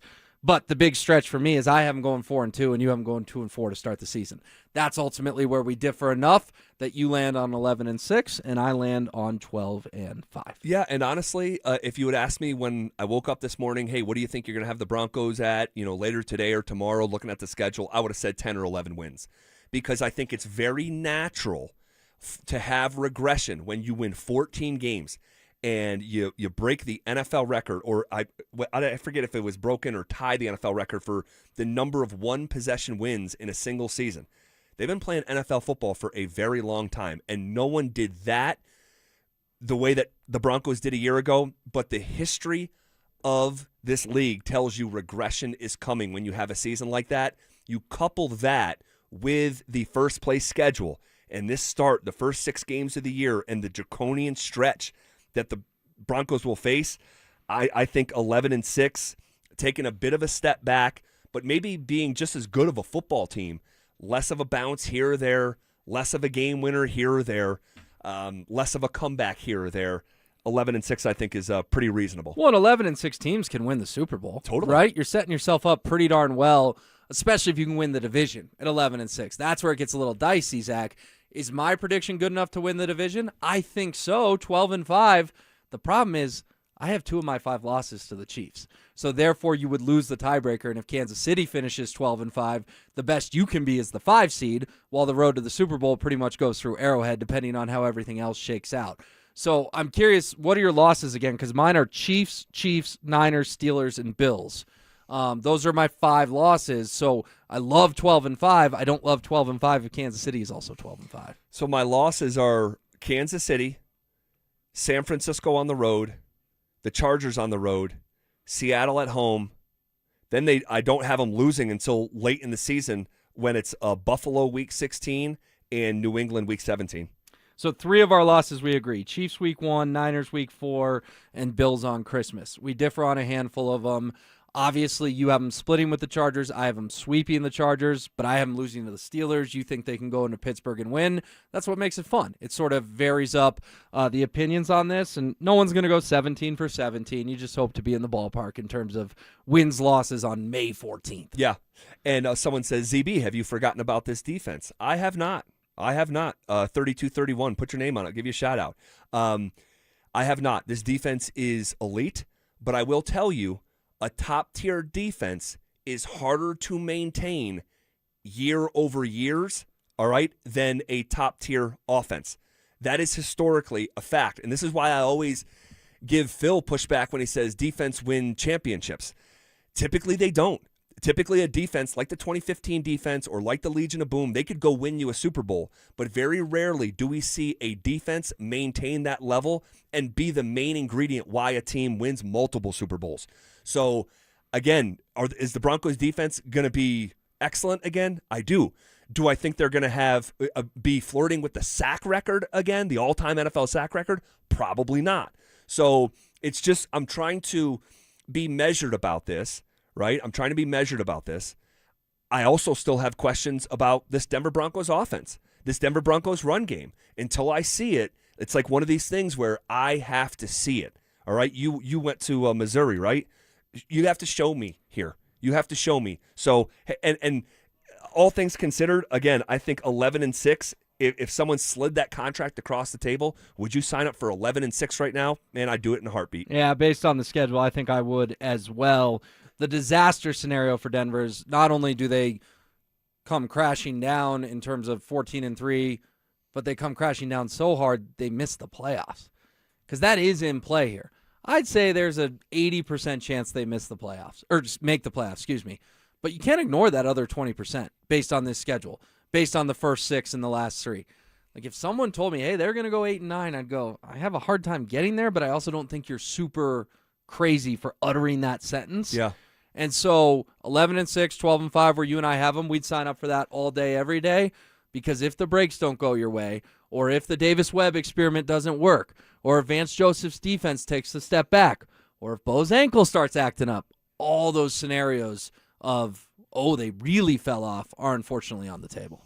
All right, and then for in terms of primetime games, all right, we found out today for sure that the Denver Broncos have, well, it just depends on how you look at it. So Monday Night Football, definitely a primetime game. Sunday Night Football, definitely a primetime game. Thursday Night Football, especially nowadays with Amazon having the rights in the league prioritizing those games and not just, throwing two underwhelming teams up there, that's a primetime game. So that's 3. Black Friday, is that a primetime game? I think it'll be a standalone, so therefore I'll call it a primetime game. Okay, I agree. It's a little bit different and unorthodox, but I think if you're on the main stage in the NFL alone, yeah, that's a primetime game. And Christmas in the middle of the afternoon, they technically do not count that as a primetime game, but you're in a standalone setting. So if you wanted to count the Christmas Day game as a primetime game, you have 5 of them through the year. Monday Night Football against the Chiefs, Sunday Night Football against the Rams, Thursday Night Football against Seattle, the Black Friday game against Pittsburgh, and the Christmas Day game against the Buffalo Bills. But that also means the Denver Broncos were not maxed out in primetime games. Had they have been maxed out, there would have been a quote-unquote 6th here, with the understanding that the Christmas Day game does not count for that. So what game should have been primetime that isn't? That's a good question. Is it the Patriots? I mean, what are we doing? Foxborough, Week 17? Yeah, and probably, I get it. Right? It's probably CBS fighting for it. They probably want Nance and Romo, 1 o'clock Eastern, 11 o'clock here, or 4:30 Eastern, 2:30 here. CBS has to fight for themselves, right? Sure. Just like Fox does. Yep. They can't say every good game goes to NBC or Netflix or Prime or whatever. We're still CBS. We're still Fox. People watch us all day, every day on Sunday. We need some big games. I bet the executives fought to have Drake May, Bo Nix, Week 17 with Jim Nance and Tony Romo in the booth. Yeah, that wouldn't shock me at all, Will. That's a rematch of the AFC Championship game. Yeah, that deserves primetime status for sure. But the other games, the other big games of the year, like a game against Kansas City on primetime, they check that box. A home against another Super Bowl contender in the Rams, that's Sunday Night Football. Playing the world champion Seahawks, that's Thursday Night Football. Okay, the Black Friday game against Pittsburgh doesn't have the same sizzle. And then the Bills game, the rematch of the divisional round, is also on primetime. So, yeah, it's probably the Patriots rematch that deserve to be there. Outside of that, I really don't have a lot of complaints here. No, I don't either. They're still going to be featured plenty in huge moments. the eyes of the nation are going to be on the Broncos, 5, 6, 7 times, where it's just them playing football. Like, you're going to get a lot of Broncos in your life. Obviously, in Denver, we'll watch every single game, but around the country, I don't think the sentiment is going to be, man, we haven't seen a lot of Broncos this year. They're going to see a lot of Broncos. You know, you're not going to see a lot of Cardinals, a lot of Dolphins. Right.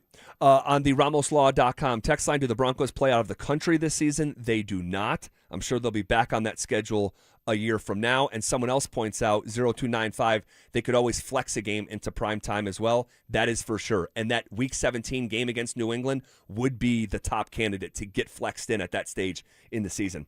All right, we'll put the Broncos schedule conversation to rest for now. All right, but last night was legendary for several reasons. We'll talk through it. Also, I believe we just got the conference final schedule. We did. For the Colorado Avalanche. We'll get to it next. Down 3 goals. The Avalanche refuse to quit. Colorado storms back from a 3-0 deficit, forces overtime, and wins it in thrilling fashion to eliminate Minnesota. Incredible! And punch their ticket to the Western Conference Finals. Ball Arena erupted as the Avs completed an unforgettable rally for the ages. Now, the quest for the cup rolls on. Your Avs are just 8 wins away from Lord Stanley. Denver Sports 104.3 The Fan.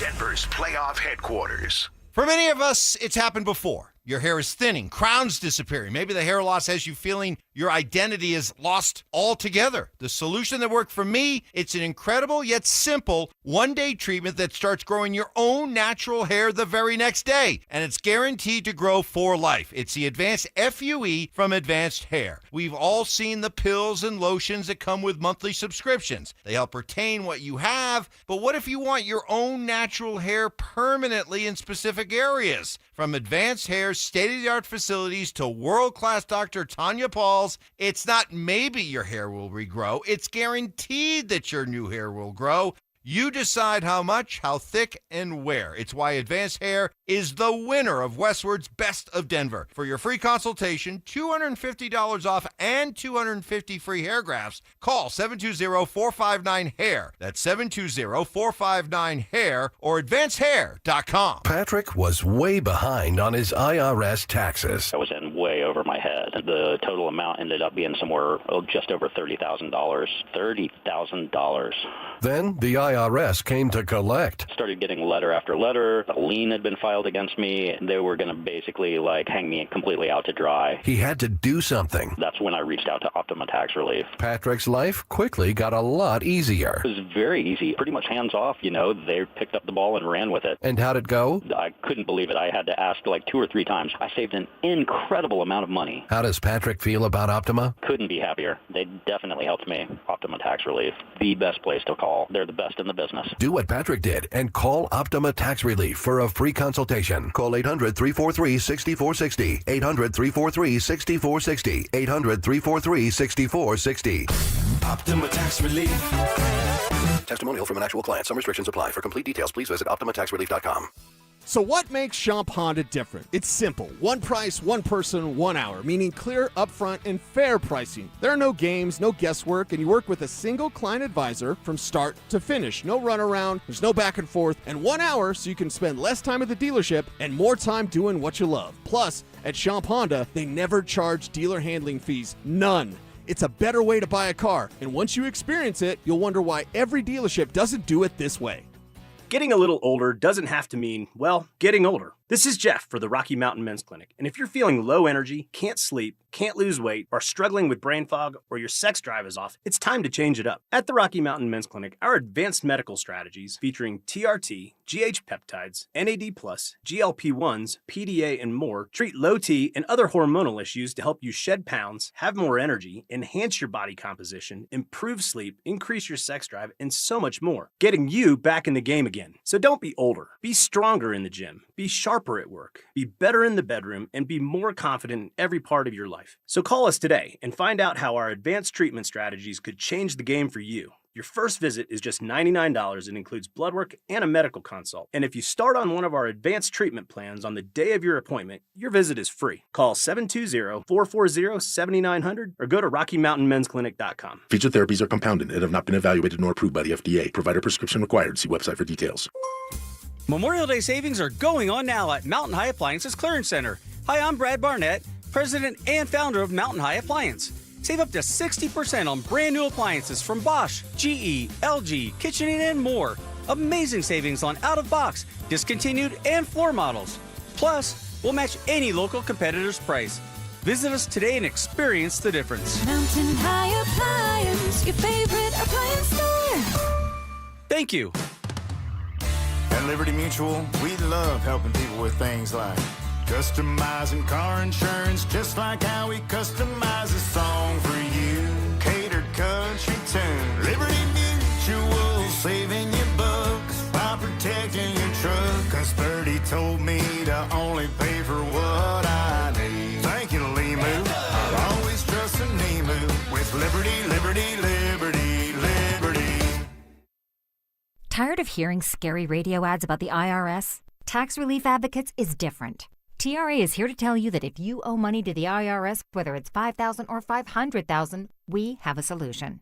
TRA can eliminate or reduce what you owe to the IRS with zero risk to you. We have over 1,000 5-star reviews on Google and an A+ with a BBB. End your tax nightmare today by visiting TRA.com or call 800-583-6681. That's 800-583-6681. Hey, what's up, guys? It's Zach By here for 5280 Exteriors, your siding, windows, decking, and roofing specialist. During the month of May, 5280 Exteriors are offering you $1,000 off a new project. They also offer finance plans that come with no payments for 2 years. 5280 Exteriors is a locally owned company that has been in business for 20 years and knows the Colorado climate. They are a 2024 and 2025 James Hardy President's Club winner. 5280 Exteriors, the altitude of quality.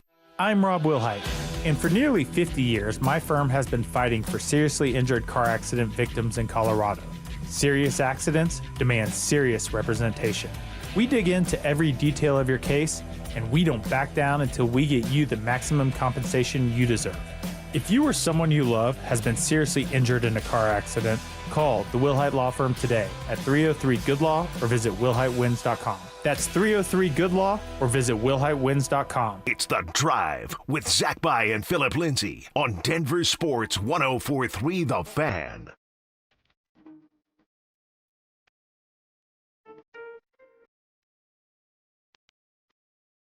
About last night, one of the most legendary moments in the history of Denver sports, that is not hyperbole, a 3-0 come from behind victory that closed out a series in Denver for the first time in 18 years, that punches a ticket to the Western Conference Finals for the second time in 24 years.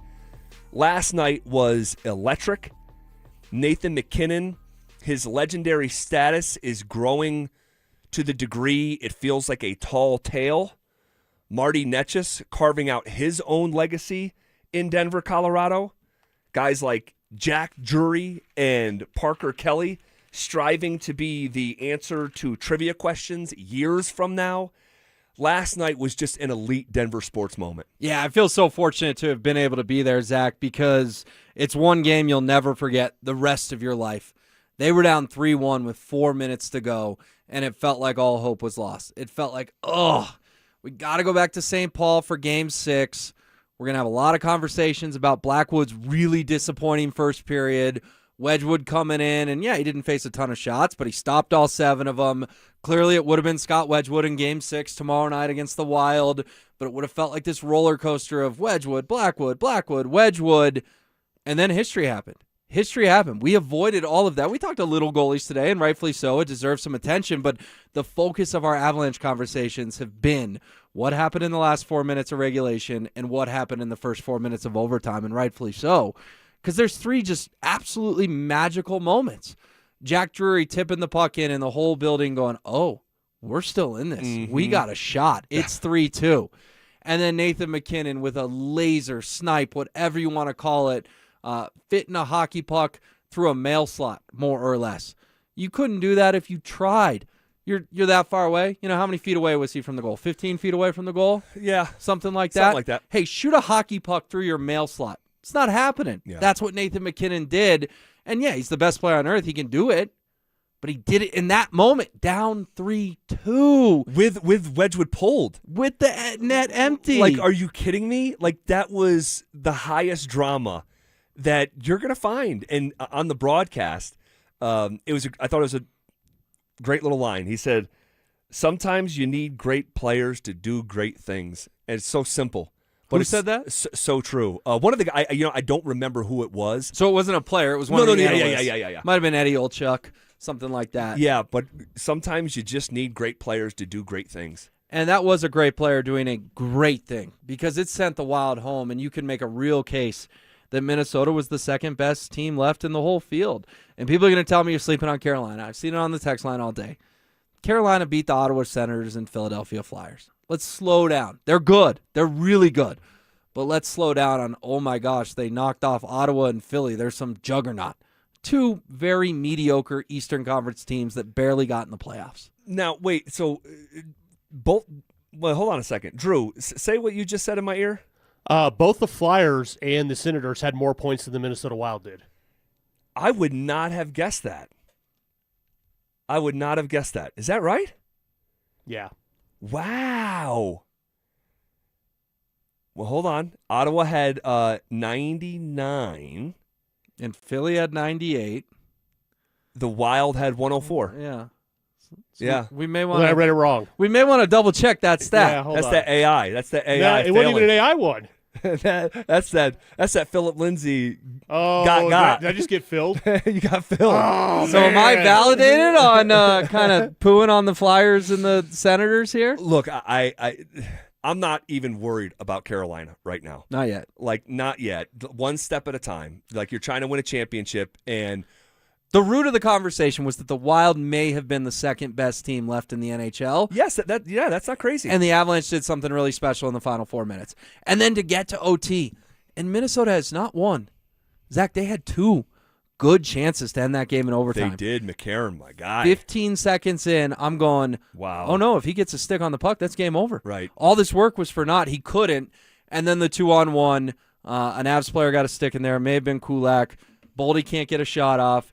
Parker Kelly, beautiful pass all the way down the ice to a very aware Marty Necas, getting himself off the bench, getting himself out there, and then dances around the back of the net and finds Brett Kulak, who didn't miss. And it's a good time for Brett Kulak to score his first goal as a member of the Colorado Avalanche. Are you kidding me? Brett the Hitman Kulak. And in doing that, they made history, man. Well, actually, there was a handful of history made last night. So Kulak became the 16th Avs player with a goal during the second round. That's tied for the most in a single series, and it's nuts because it didn't go 7 or 6 games. The Avs became the 5th team in NHL history to earn a series-clinching win after facing a multi-goal deficit in the final 5 minutes of regulation. So, like, that level of comeback in a postseason game that late into a game had only happened 4 other times in NHL history the way that it happened last night. The Wild were 21-0 all time in playoffs after leading by 3 goals or more. Now they're 21-1. And by the way, the Avs record in the postseason, when falling behind by 3 goals coming into last night's game, 2 wins, 50 losses. Now it's 3 wins and 50 losses. And you look at someone like Chris McFarland, man, his additions at the deadline. You look at the game-winning goals for Colorado in this series. It's Nick Waugh. It's Nazem Kadri. It's Parker Kelly. It's Kulak. I mean, talk about pressing the right buttons with the Midas touch.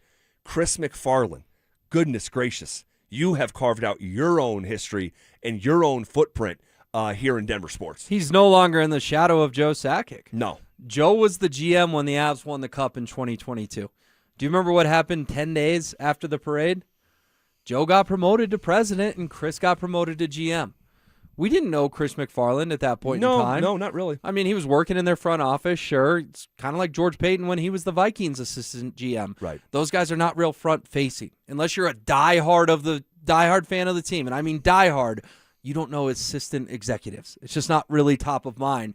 So Chris McFarland did have to live in that shadow of Joe Sakic, and he has built this roster in his own way. Yeah, he's taken a lot of pieces from Joe. Nathan, Cale, Gabe, Arturi, Valeri, Devon, like the list goes on and on. Yeah. But he's also added 3 guys that, as you've outlined, had game-winning goals in this series. Crazy. Think about that. Waugh, Kadri, Kulak. They didn't play on the Avalanche in February.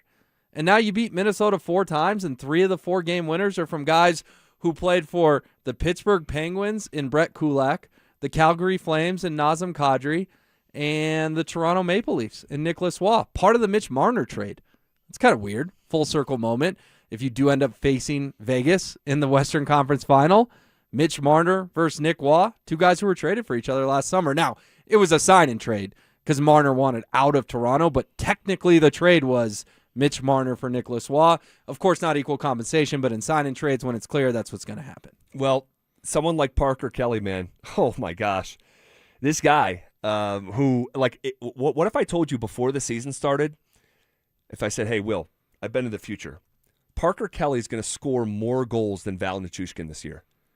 Like, try making heads and tails of that. Well, my mind would have probably gone to a bad place with Nichushkin, so. But yeah. I understand where you're going. Like, Nichushkin played the whole year. He was good. He had moments. Here's another one. What if I said, hey, Will, I've been to the future. Parker Kelly is going to score more goals than Cale Makar. I wouldn't have believed you. No way. No way, shape, or form. Of course not. Parker Kelly is... Anyone could have had Parker Kelly. Anyone. Yeah. He was making $800,000 in Ottawa. Parker Kelly is the latest, greatest Avalanche story of a guy who fans didn't really know, who has just come into his own and not just danced on, like he's burst onto the scene. Yeah. Right? This is a guy last night, Zach, 2 signature moments in a closeout game. Yep. The goal that made it 3-1 and made you think, okay, we've got a little bit of life. It's not a lot, but it's baby life. And then the pass to Necas in OT. Parker Kelly is an absolute unsung hero on a team full of them and deserves his flowers more and more every single day. Yeah, it reminds me so much of 2022, coming in here and talking about these depth guys in a way that it was like, well, Josh Manson got it done. Darren Helm got it done. Nico Sturm, obviously saw him here, but Andrew plays. Cogliano, Andre yes. Burakovsky, Berkey. Oh my gosh, it reminds me so much of that window of time. And by the way, Parker Kelly on a 4-year, $6.8 million contract with the Avs for that level of production and doing it in the biggest moments of the postseason.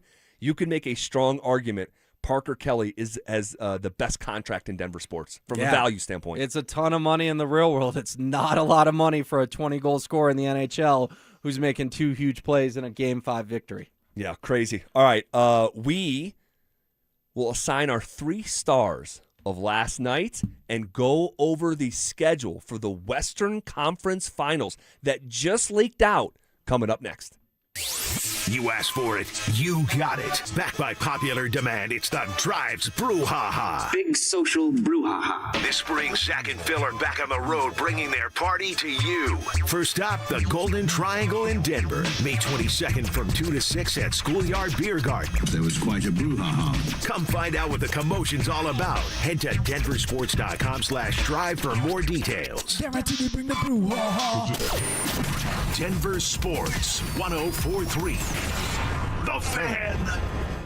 Hey, what's up, guys? Zach here for the Rocky Mountain Men's Clinic, talking to the fellas out there. If you've been wandering around the house lately, wondering why you're tired, foggy, unmotivated, somehow gaining weight even though your diet consists of mostly air and regret, you might be dealing with low T, all right? Low testosterone. A lot of guys just blame these things on getting older, but let's be real.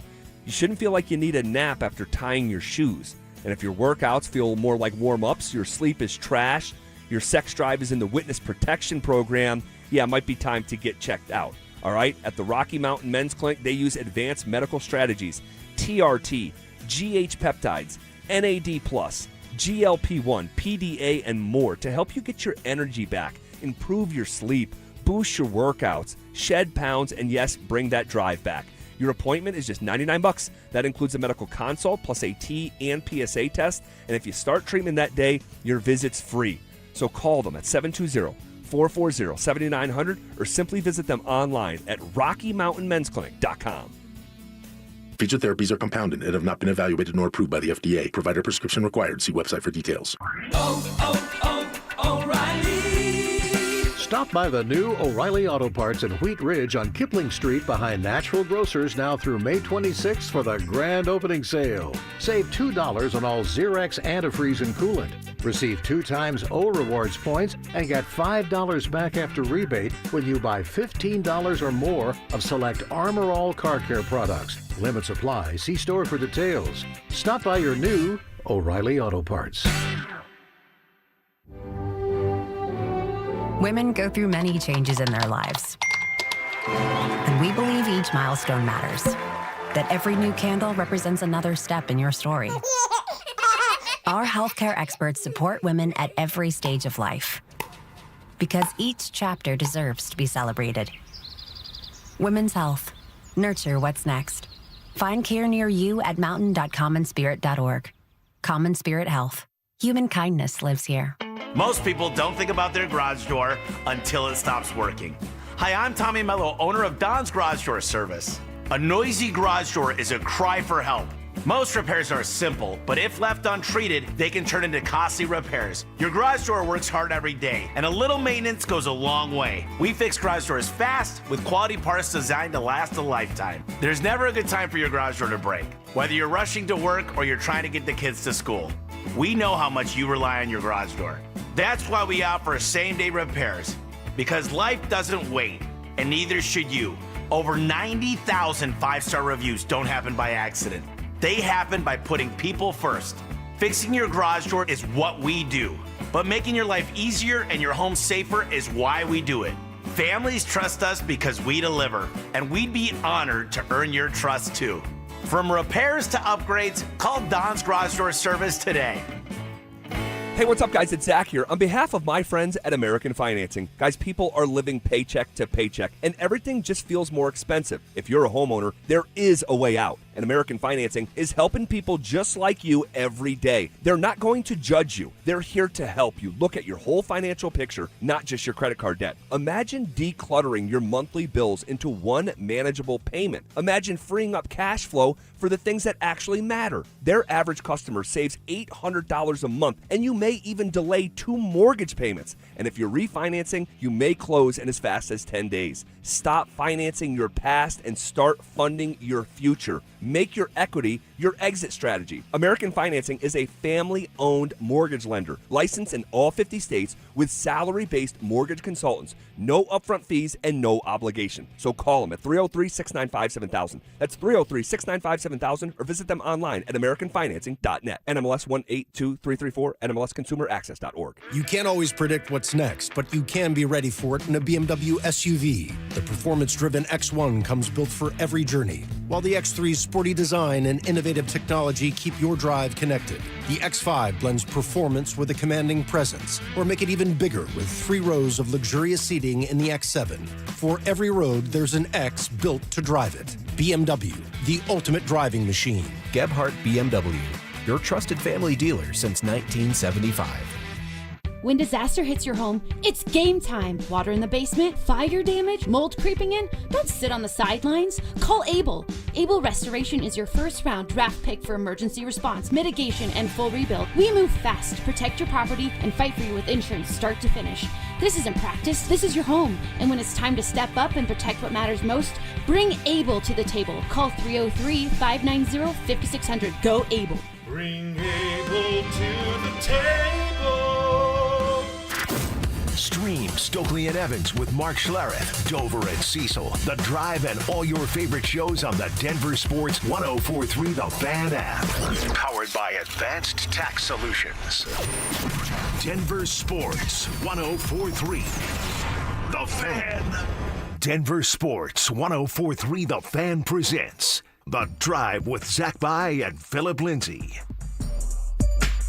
All right, final segment here on a Thursday. Appreciate you guys rocking with Will Peterson filling in for Phillip Lindsay today and tomorrow. Phil will be back on Monday.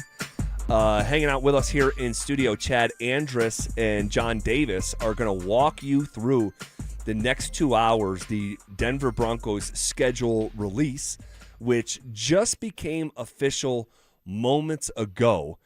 And I want to make this clear, the leaked schedule that we were referring to and putting a disclaimer that, hey, this is not all the way official, it was, even though it wasn't official, it was accurate. It was correct. Speaking of schedule, we just got the Western Conference Finals schedule for the Colorado Avalanche. Is this official or is this leaked? No, this is official from the league. They wanted to get out in front of it. I applaud them for it because they had a bad round 2 where they were like leaking games one at a time. And we're like, what are you doing? Just give us the full thing. So the NHL learned its lesson of give us the whole enchilada, and we've got it. We don't know the opponent, but we know that next Wednesday will be game 1 at Ball Arena. The headline here, Zach, the Avalanche get a full week off, either Vegas or Anaheim, 6 o'clock ESPN next Wednesday night. 6 o'clock on Wednesday night on ESPN, and you're the only game going.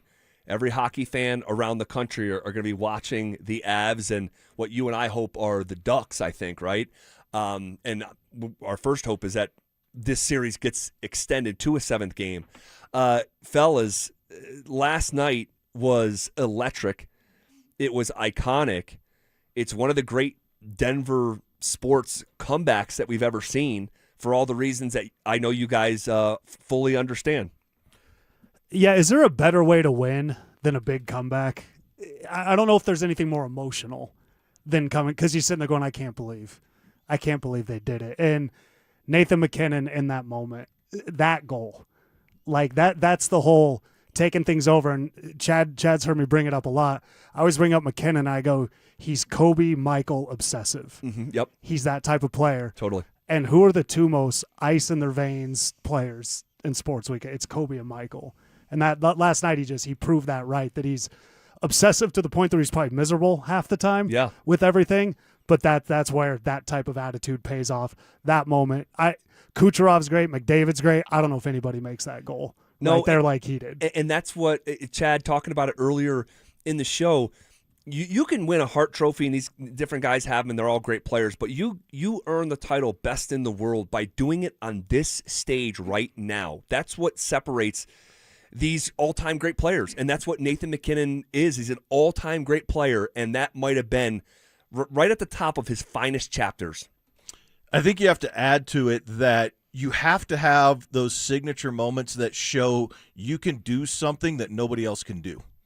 And when Jokic hits the 3 over Anthony Davis in the Lakers series fading away, or when McKinnon makes a shot like that last night, those are our evidence that they can do things that other guys can't do. And maybe Connor McDavid is capable, right? Maybe Macklin Celebrini is capable, but you're talking about, probably not even a handful of guys in any period of the NHL, any era of the NHL that are currently active at a time. Right. You're talking about it's going to be the top 3 guys that are capable of doing something like that, and nobody else can do it. And those are the things that, what you're talking about when he goes into the Hall of Fame, when they look back on his career, that's always going to be a top 3, top 5 highlight moment that is included on the resume of hitting that window, right? That was, 3 inches by 2 inches of available space? Yeah, it's like an index card. I referred to it earlier in the show as a coin slot. I mean, a mail slot from Will. It's just, it's all-time stuff. And look, he had another moment like this in Game 5 back in 2022 against St. Louis, where he goes 190 feet end-to-end in one of the greatest individual effort goals that I've ever seen scored. Unfortunately, in that contest, they went on to lose in overtime. And that felt like a gut punch at the time. And because of Marty Necas and Brett the Hitman Kulak pairing together, sharpshooting it, and getting the win, we'll remember this like so fondly. Not that we don't, because that was a hat trick for Nate back on that evening, and it was the loudest I'd ever heard Ball Arena. But this one, I think, gets to age even better because not only did you win the game that closed the series, and you get out of the second round for the second time in 24 years and close a series in Denver for the first time in 18 years, You put it all together in that stew.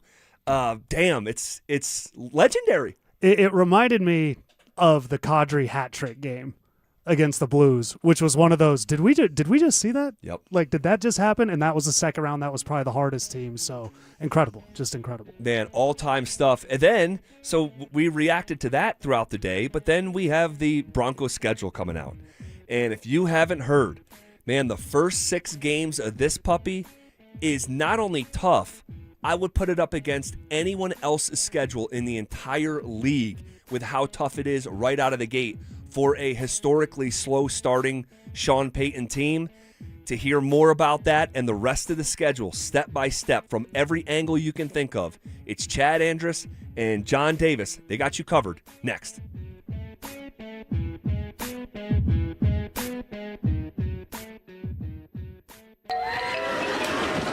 Summer is calling, and we're sending you to the lake in style. Download the Denver Sports app to enter our Day at the Lake contest for your chance to win everything you need for that perfect lake day. You get 2 paddle boards, 2 chairs, a cooler, pop-up tent, and Bluetooth speaker. Oh, and did we mention you also get a $250 gift card to fill up that cooler?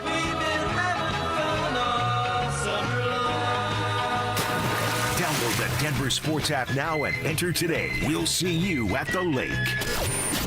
Denver Sports 104.3. The Fan. This is Todd Whalen, founder of Advanced Tax Solutions. I'm here with Larry. The IRS is really hounding you. It's escalating. They even assigned a person to your case. Saying that we owed a bunch of money because of clerical error. We didn't know that at the time. They were going to collect a bunch of money for it. They're literally just beating you up. Oh, yeah. You know, certified mail letters coming and the IRS telling us they're going to levy our checking accounts. And then, you know, when the guy shows up at your front door, you figure, we better do something. Yeah. How much did you really have to pay them? It started out the IRS telling us that we owed them $15,000. That's real money. By the time Advanced Tax Solutions got done, the number was zero. Zero.